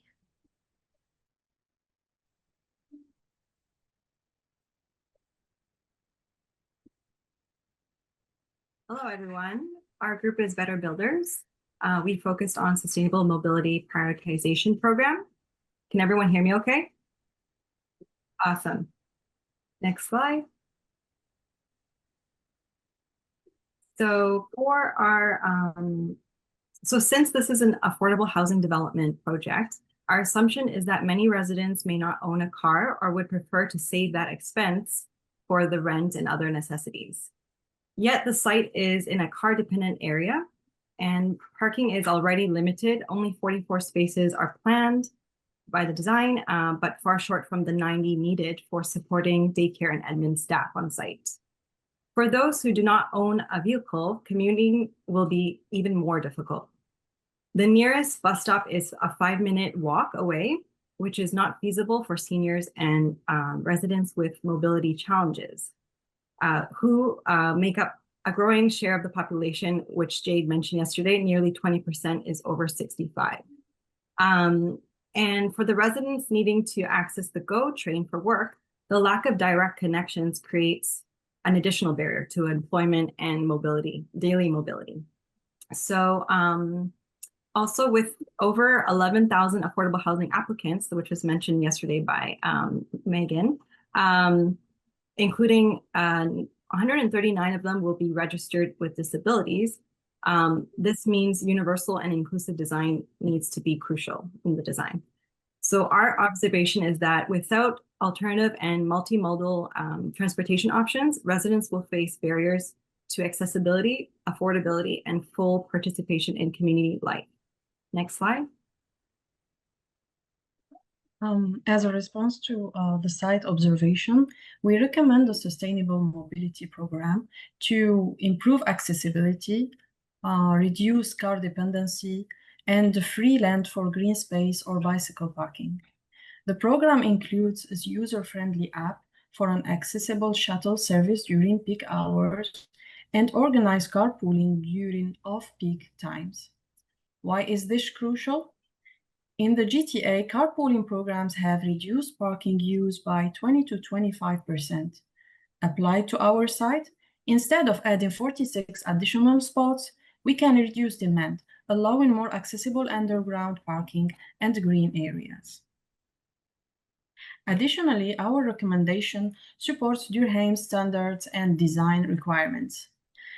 Under accessibility and inclusivity design, accessible parking spaces created in the underground parking are planned to minimize travel distance for people with limited mobility.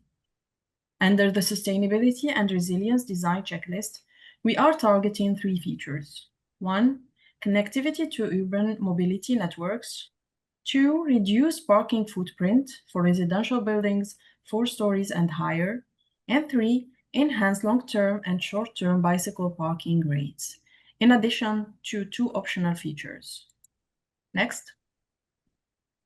Our recommendation also includes up to 25 passenger electric minibus shuttle with a charging station, meeting average peak demands of up to 20 riders. The shared cost equals about $67 per unit per month, which is cheaper than the larger buses. The service requires up to 30% peak ridership demand for feasibility. However, it will always be financially feasible as the cost is included in the lease agreement. Accessibility. Shuttles must comply with the Accessibility for Ontarians with Disabilities Act, including ramps, lifts, wheelchair spaces, and priority seating. Many travelers with disabilities face barriers at the stations, which is 40%, in vehicles 34%, and online booking of 30%. And the additions how valuable it is because an accessible shuttle ensures compliance, promotes inclusion, and improves quality of life for all residents, aligning with both equity and legal standards. The next slide. Carpooling is when 2 or more people share a ride, reducing the cost of owning and operating vehicles. In Canada, the average cost of owning the car is between $10,000 and $17,000, so sharing rides can make a big difference. Carpooling is especially valuable in areas like this site, where there's limited transit service, and it also supports sustainability by lowering emissions, reducing congestion, and cutting parking demand. Studies show carpooling today is often perceived not very accessible. That's why we recommend including accessible carpool parking, which are wider and properly signed, and close to entrances so residents with mobility needs can fully participate. And to highlight the impact, a study in Toronto shows that out of every 100 vehicles, only 8 carry a second passenger. And if just 12 more did, the city would save up to $750 million a year in operating and infrastructure costs. Next. Maintaining and running carpooling platforms could be costly. That's why we recommend leveraging an existing platform instead of building from scratch. We can integrate with Smart Commute Durham, which already promotes ride shares in the region and even provide carpooling parking at GO stations. And another service is RideShark, a Canadian mobility platform already used by businesses, campuses, and municipalities. It integrates carpool matching and trip planning to encourage sustainable commuting. By tapping into these services, the project avoids development costs, ensures feasibility, and makes carpooling both affordable and accessible for residents. Next.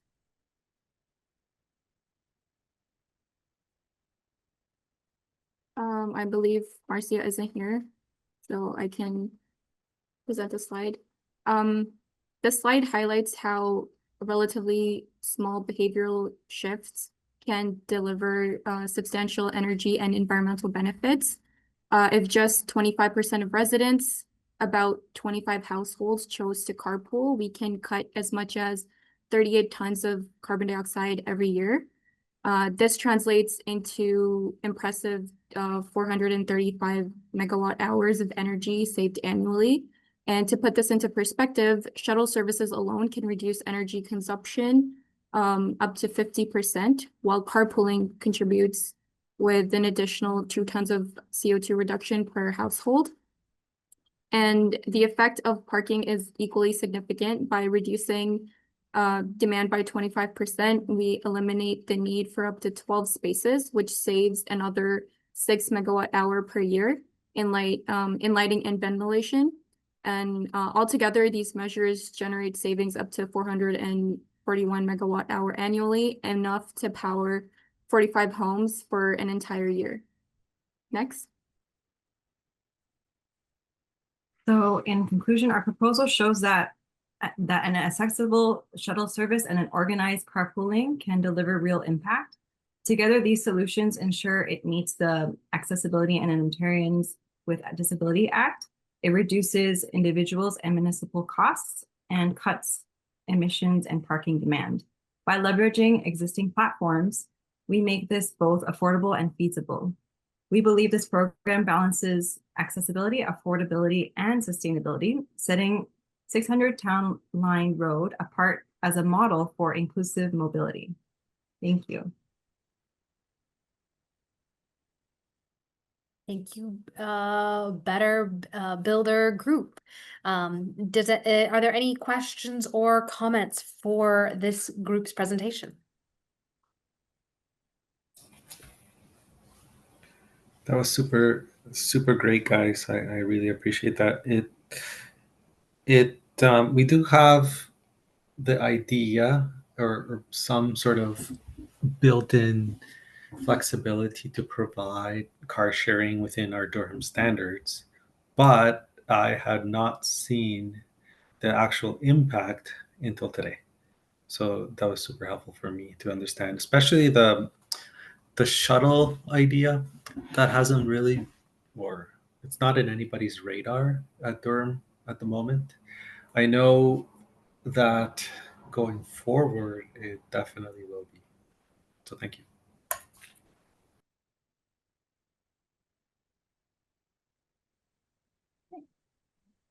Okay, those are some wonderful team presentations. Thank you, everyone. Give yourselves a round of applause. You guys did great. Thank you so much. Now we're going to go to break. We will be returning at 1:30 for the shift and share. So again, I highly encourage everyone stick around. You will have access to a link, which we will post in the chat, which will let you give anonymous feedback and ratings on the shift and shares, which we at Sustainable Buildings Canada do take into account when deciding who gets awarded their research paper. So please do come back after the break. We hope to make sure that you see you all there. Again, 1:30. Enjoy your break. Now we are going to go and start our shift and share. But before we do, if you haven't already emailed your presentation to us, your team presentations, please do. We use them to mark your participation, as well as share them to the Durham team for any of your insights and data and diagrams that you provided for them in case they want to know them. Now, Bettina, please take it away.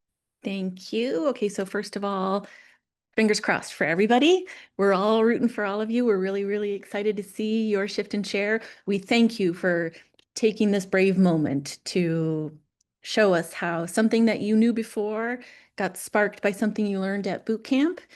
We have some very illustrious judges. We have Sebastian, who you guys met during the coffee chat, one of our board members, and a sublime energy modeler at Dialogue.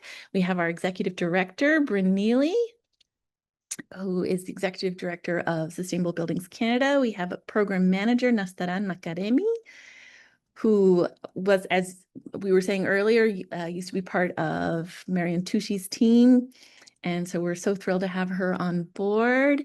We have Adam Jones, who you met during our solar presentation. He's also the Director of Operations at Sustainable Buildings Canada.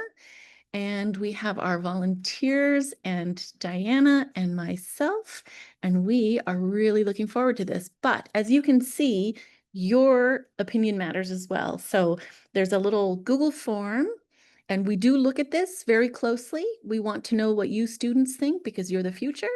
And so please, when you're hearing the shift and shares, make sure to scroll down to the name of the person that's presenting and give us your feedback on their presentation. Okay, and without further ado, can I just check, is Hakeem here? Yeah, I'm here. Okay, so Hakeem, did you want to start first or are you able to stay on? Let's get the ball rolling. Hello, everyone. My name is Hakeem. I'm doing an MASC in Building Science at Toronto Metropolitan University. Today, I'm going to talk about smart blue roofs in regards to water, energy, and resilience. So let's first talk about why this matters. As you know, for the people who are living in the GTA, it's been about a year since we had the mass floodings, and cities are facing some major challenges in this regard. So with this flooding from extreme rainfall, rising and cooling demands during hotter summers, and the overall push for climate resilience, at the same time, rooftops cover a huge portion of our cities, but most of the time they're just wasted space. So my research looks at how we can turn this space into a part of a solution. So before we go into like the types of roofs, let's just explore what a green roof is. A green roof is essentially plants and soil that adds insulation and is a part of the biodiversity. Blue roofs help store rainwater temporarily for stormwater management. However, if we take it one step further, a smart blue roof uses not only water to help with stormwater management, but it is also a way to reduce energy usage and provide cooling and improve resilience. It's a way of making the rooftops work harder for us. So coming into BBBC, sorry, my focus was mainly technical. I've been doing graduate research on smart blue roofs with Credit Valley Conservation Parks and MyTax. And I've been focusing on modeling stormwater and how the stormwater can be utilized for reduction of GHG and potential evaporative cooling potentials. However, in this week's boot camp, it really shifted my perspective. I learned more to think about how integrated design and how different systems can connect instead of working in isolation. I also realized the importance of occupant comfort and resilience. It's not just about saving kilowatt hours, but it's also about making buildings livable during extreme conditions. And finally, the value of collaboration. Engineers, architects, and planners and communities all working together. That's what makes sustainable design successful. So when you look at a smart blue roof through this integrated lens, you can see that there are multiple benefits. They manage stormwater during heavy rainfall. They help reduce cooling loads in the summer. They lower greenhouse emissions by cutting energy demand, and they can improve comfort during heat waves, keep cities cooler and more resilient, especially in an environment like Toronto where there's the heat island effect. So smart blue roofs can help mitigate this. Another reason why this matters is that smart blue roofs provide the multi-benefit solution as they bring together water, energy, and comfort. And with this combination, it builds resilience. And that's from what I gather from this boot camp, that's the integrated approach that the BBBC has emphasized this week. BBC has reinforced me to think about integrated design and that one of the best solutions are the ones that are connected across systems, and I'd be honored to be working on this research paper. Thank you again to credits to Credit Valley Conservation and MyTax for helping me with this research, and I'd be honored to do the research paper with you guys.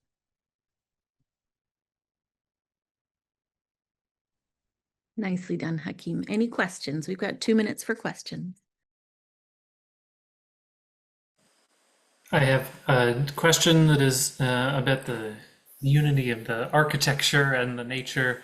One of the biggest challenges that I hear whenever I'm talking about solar in particular is about the challenge of adding weight to the roofs of buildings. And I know green roofs and blue roofs both add weight. I'm wondering how much of your work is on that technical side of it, how much is on the conservation side, and sort of how do they come together? So when it comes to specifically the project with Credit Valley, the roof can handle approximately, I think, 40,000 liters of water. And there's also some plumbing infrastructure in place to put this excess water into tanks. And along with this water, it's been sanitized so that it could be used in a potable setting like toilets and sinks. So when it comes to implementing it in current infrastructure, I mean, maybe considering the structural capacity and the loads, and maybe there could be some sort of plumbing integration so that it might not be used for a potable setting, but it could be used for like greenery setting, like sprinkler systems and stuff like that.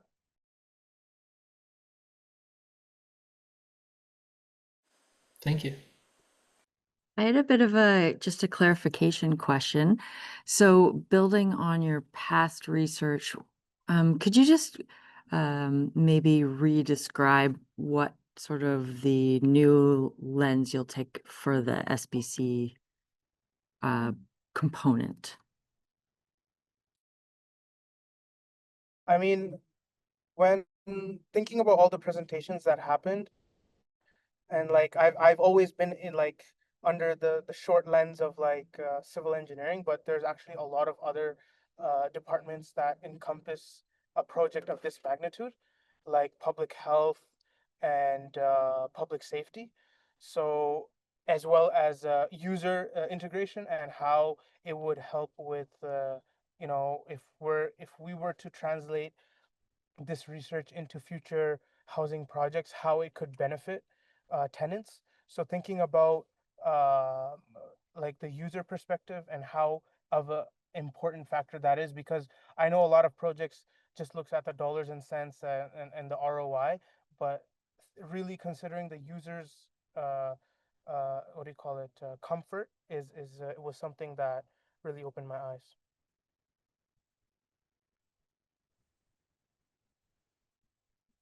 Okay. Any other questions from our panelists? All right, next up, thank you very much, Hakeem. Great keeping to your time and a very clear presentation. Barbara, take it away. Best of luck. All right, so let me share my screen.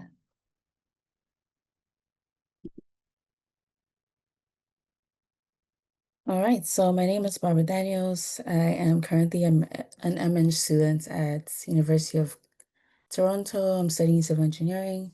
My proposal today is about flipping a gap into an opportunity by embedding sustainability directly into the permitting process for small-scale residential projects. So often we think about skyscrapers as the villains of embodied carbon. But during this boot camp and the lectures I've heard so far, especially from Professor Shoshana, a gap that I haven't really paid attention to is the smaller scale projects and how these little additions and retrofits quietly add to a massive share of the emissions. So now paint a picture of a homeowner in Toronto applying for a laneway suite. The city checks zoning, they check setbacks, they check fire codes, but never really carbon. So multiply that by the thousands of permits they see each year, and we see an entire layer of development with no climate accountability. Every year, Canadian municipalities issue thousands of small-scale residential permits, namely suites, garden suites, additions, retrofits. These projects are the silent majority of our built environments. Right now, only large developments, condos, towers, commercial buildings are required to go through rigorous sustainability standards like the Toronto Green Standard or LEED. That means that the everyday projects that shape our neighborhoods are slipping through the cracks unchecked, and collectively, they represent a missed opportunity for climate action. My vision here is straightforward. Every project should have a low carbon by default. Think about it. While high-rise buildings get the attention, and most Canadians actually interact with smaller housing projects. And it could either be a basement apartment for your parents or an addition for a tenant or so forth. If we make sustainability the default of the scale, the collective impact is huge. All right, so why should homeowners care?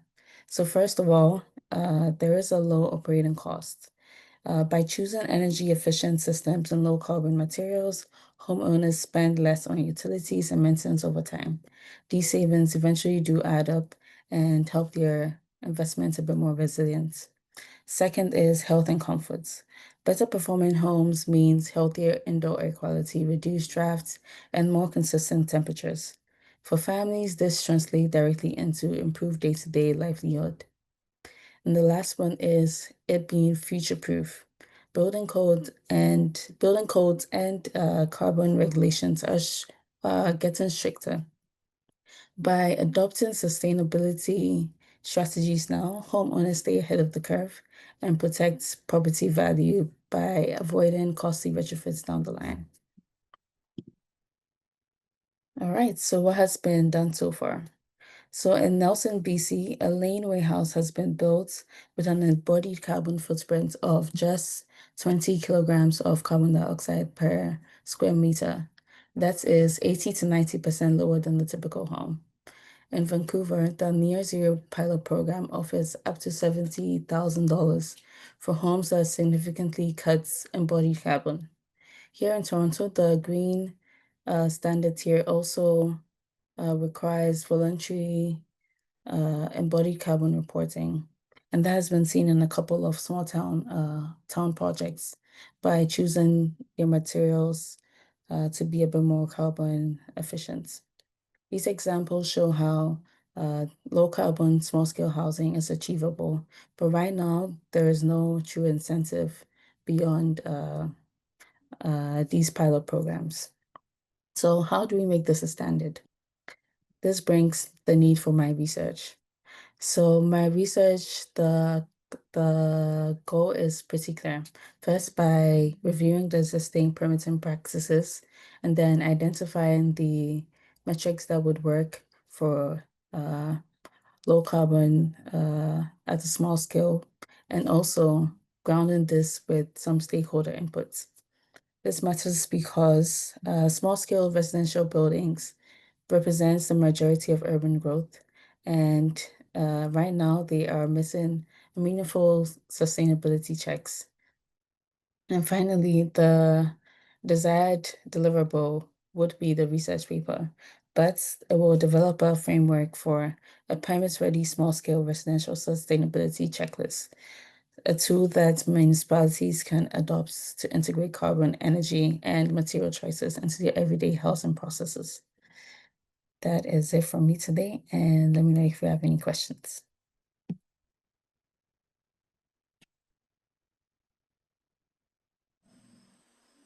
Thank you. That was really interesting. The ADU market, as they call it, the tiny homes in the backyards are great. Really good way for density. My only question is about how you would approach the topic specifically. Are you interested in the policy impacts of trying to make the recommendation of carbon neutral, let's say? Are you looking at the technical challenges? Or are you looking at the economic challenges? I think the first two things that stood out to me is the barriers for the policy change and why this isn't the case at the moment. And having that background information will kind of dictate what would the best routes to actually implement it, if it's going to be policy driven or if it's going to be more focused on research, or if it's to even highlight other programs that are being done as well. Okay, thanks.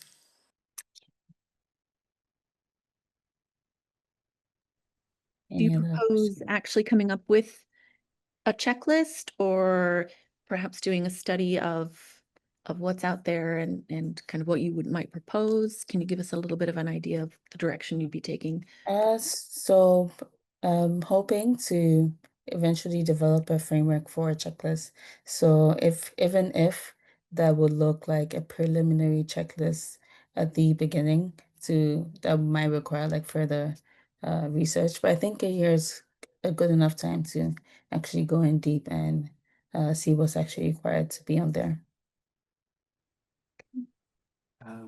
Something that I've seen with a lot of multiplexes, and I don't know if this is within your scope, but I think it would be helpful for a lot of homeowners to see prescriptive pathways to achieving lower embodied carbon in some of these buildings. I know studies like that have been used within policy change.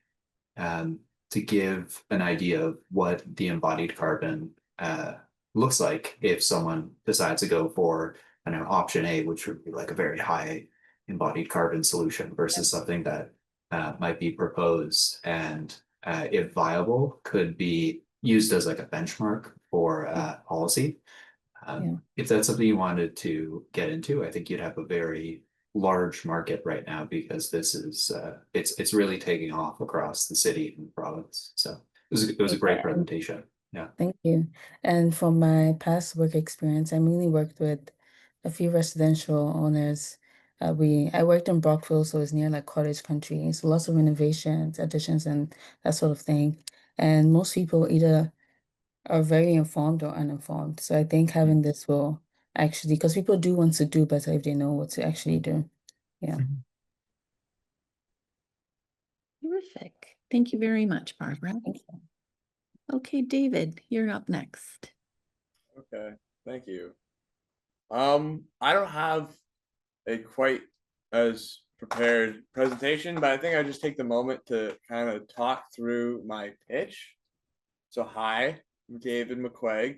I'm a current graduate master's student at Toronto Metropolitan University. I'm taking my master's in building science. And so what I learned, and it was a really interesting thing that I learned at the boot camp, was that there was a like prescriptive suggestion for a window to wall ratio of 30% window, 70% wall to ensure the highest thermal performing envelope.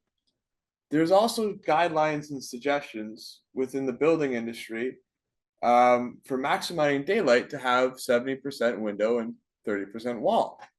So there seems to be like a conflict, right? They're literally contrasting each other. And so I'm sure they're both right. You know, I'm sure that if you're purely looking at it from a daylight perspective, 70 to 30 easy, and that's very clear. And John Straub is building sciences. He's a big envelope guy in the industry. He termed the perfect wall. So I'm sure energy saving is him. What I would find interesting to look at is in terms of carbon, which one would perform better, right? Because if you have more of your envelope, that means more insulation, which have a tendency to be high carbon materials, right? And I think it'd be interesting to do a parametric analysis of different building types, ranging from small medium, and large, right? With varying degrees of window to wall ratio, with a few different types of wall assemblies to find out, in terms of carbon, right, which one is the right window to wall ratio for lowest amount of carbon, to figure out, yeah, and to see if the increased window surfaces and the increased solar gains would actually offset, you know, some of the thermal insulation. I think there's something there to be studied. And the method in doing so, I would utilize a computer simulation. I'm a big Grasshopper guy. I use Rhino software, and I would use the Climate Studio plugin to run a parametric cross analysis. I'd look at my results, and I would present my findings.